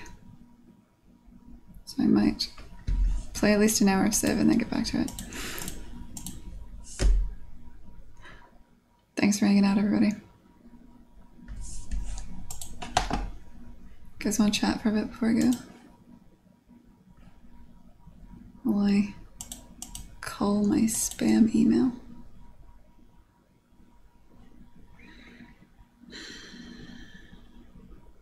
Fuck.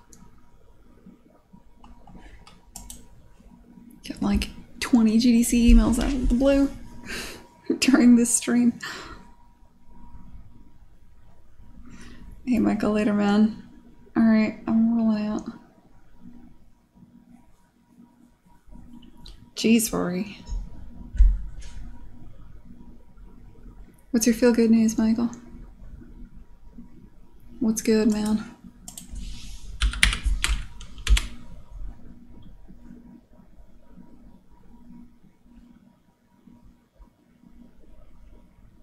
What happened to Bungie? Is my shit all exploding?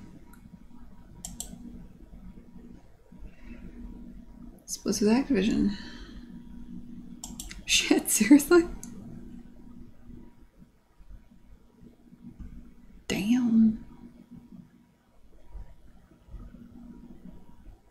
Man, Bungie's always like playing the field. Working with Microsoft, working with Activision, on their own again. I think since last time I was here, game is launched into early access, was featured on the KFG showcase, is about to be localized into 25 languages. It's approved for Xbox One development. Goddamn, Michael, well done, man. Congratulations. Good. Does feel good. Congratulations, Michael. What is the KFG showcase?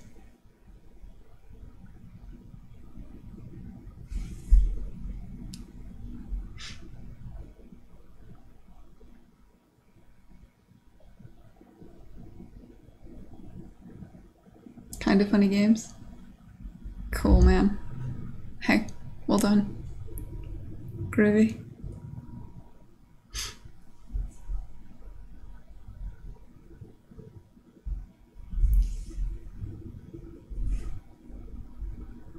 I dig it.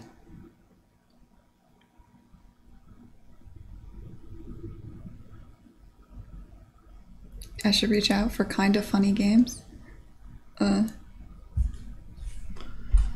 Alright, let's look into this. Kind of New games.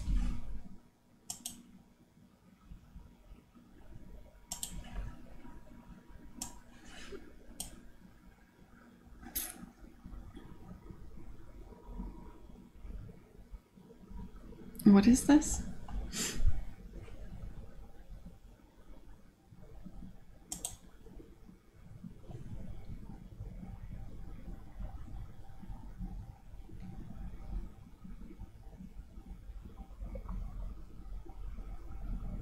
I mean, I guess I'll take an intro. I don't know what it is though. Like, is it a podcast?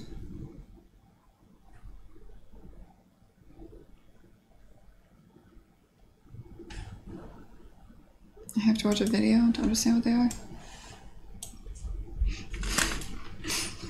Nobody got time for that, Michael.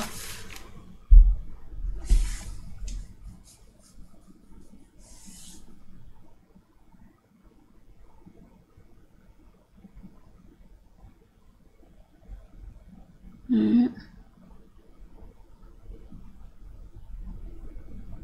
Rad. No.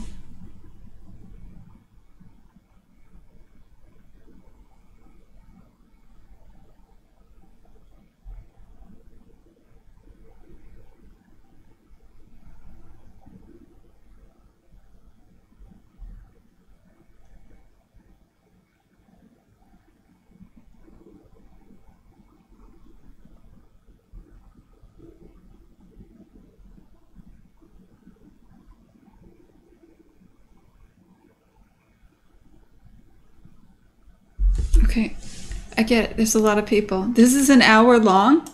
Dude, I don't have time to watch an hour long thing. The hell are we doing here, Michael? Okay. I'll look into it.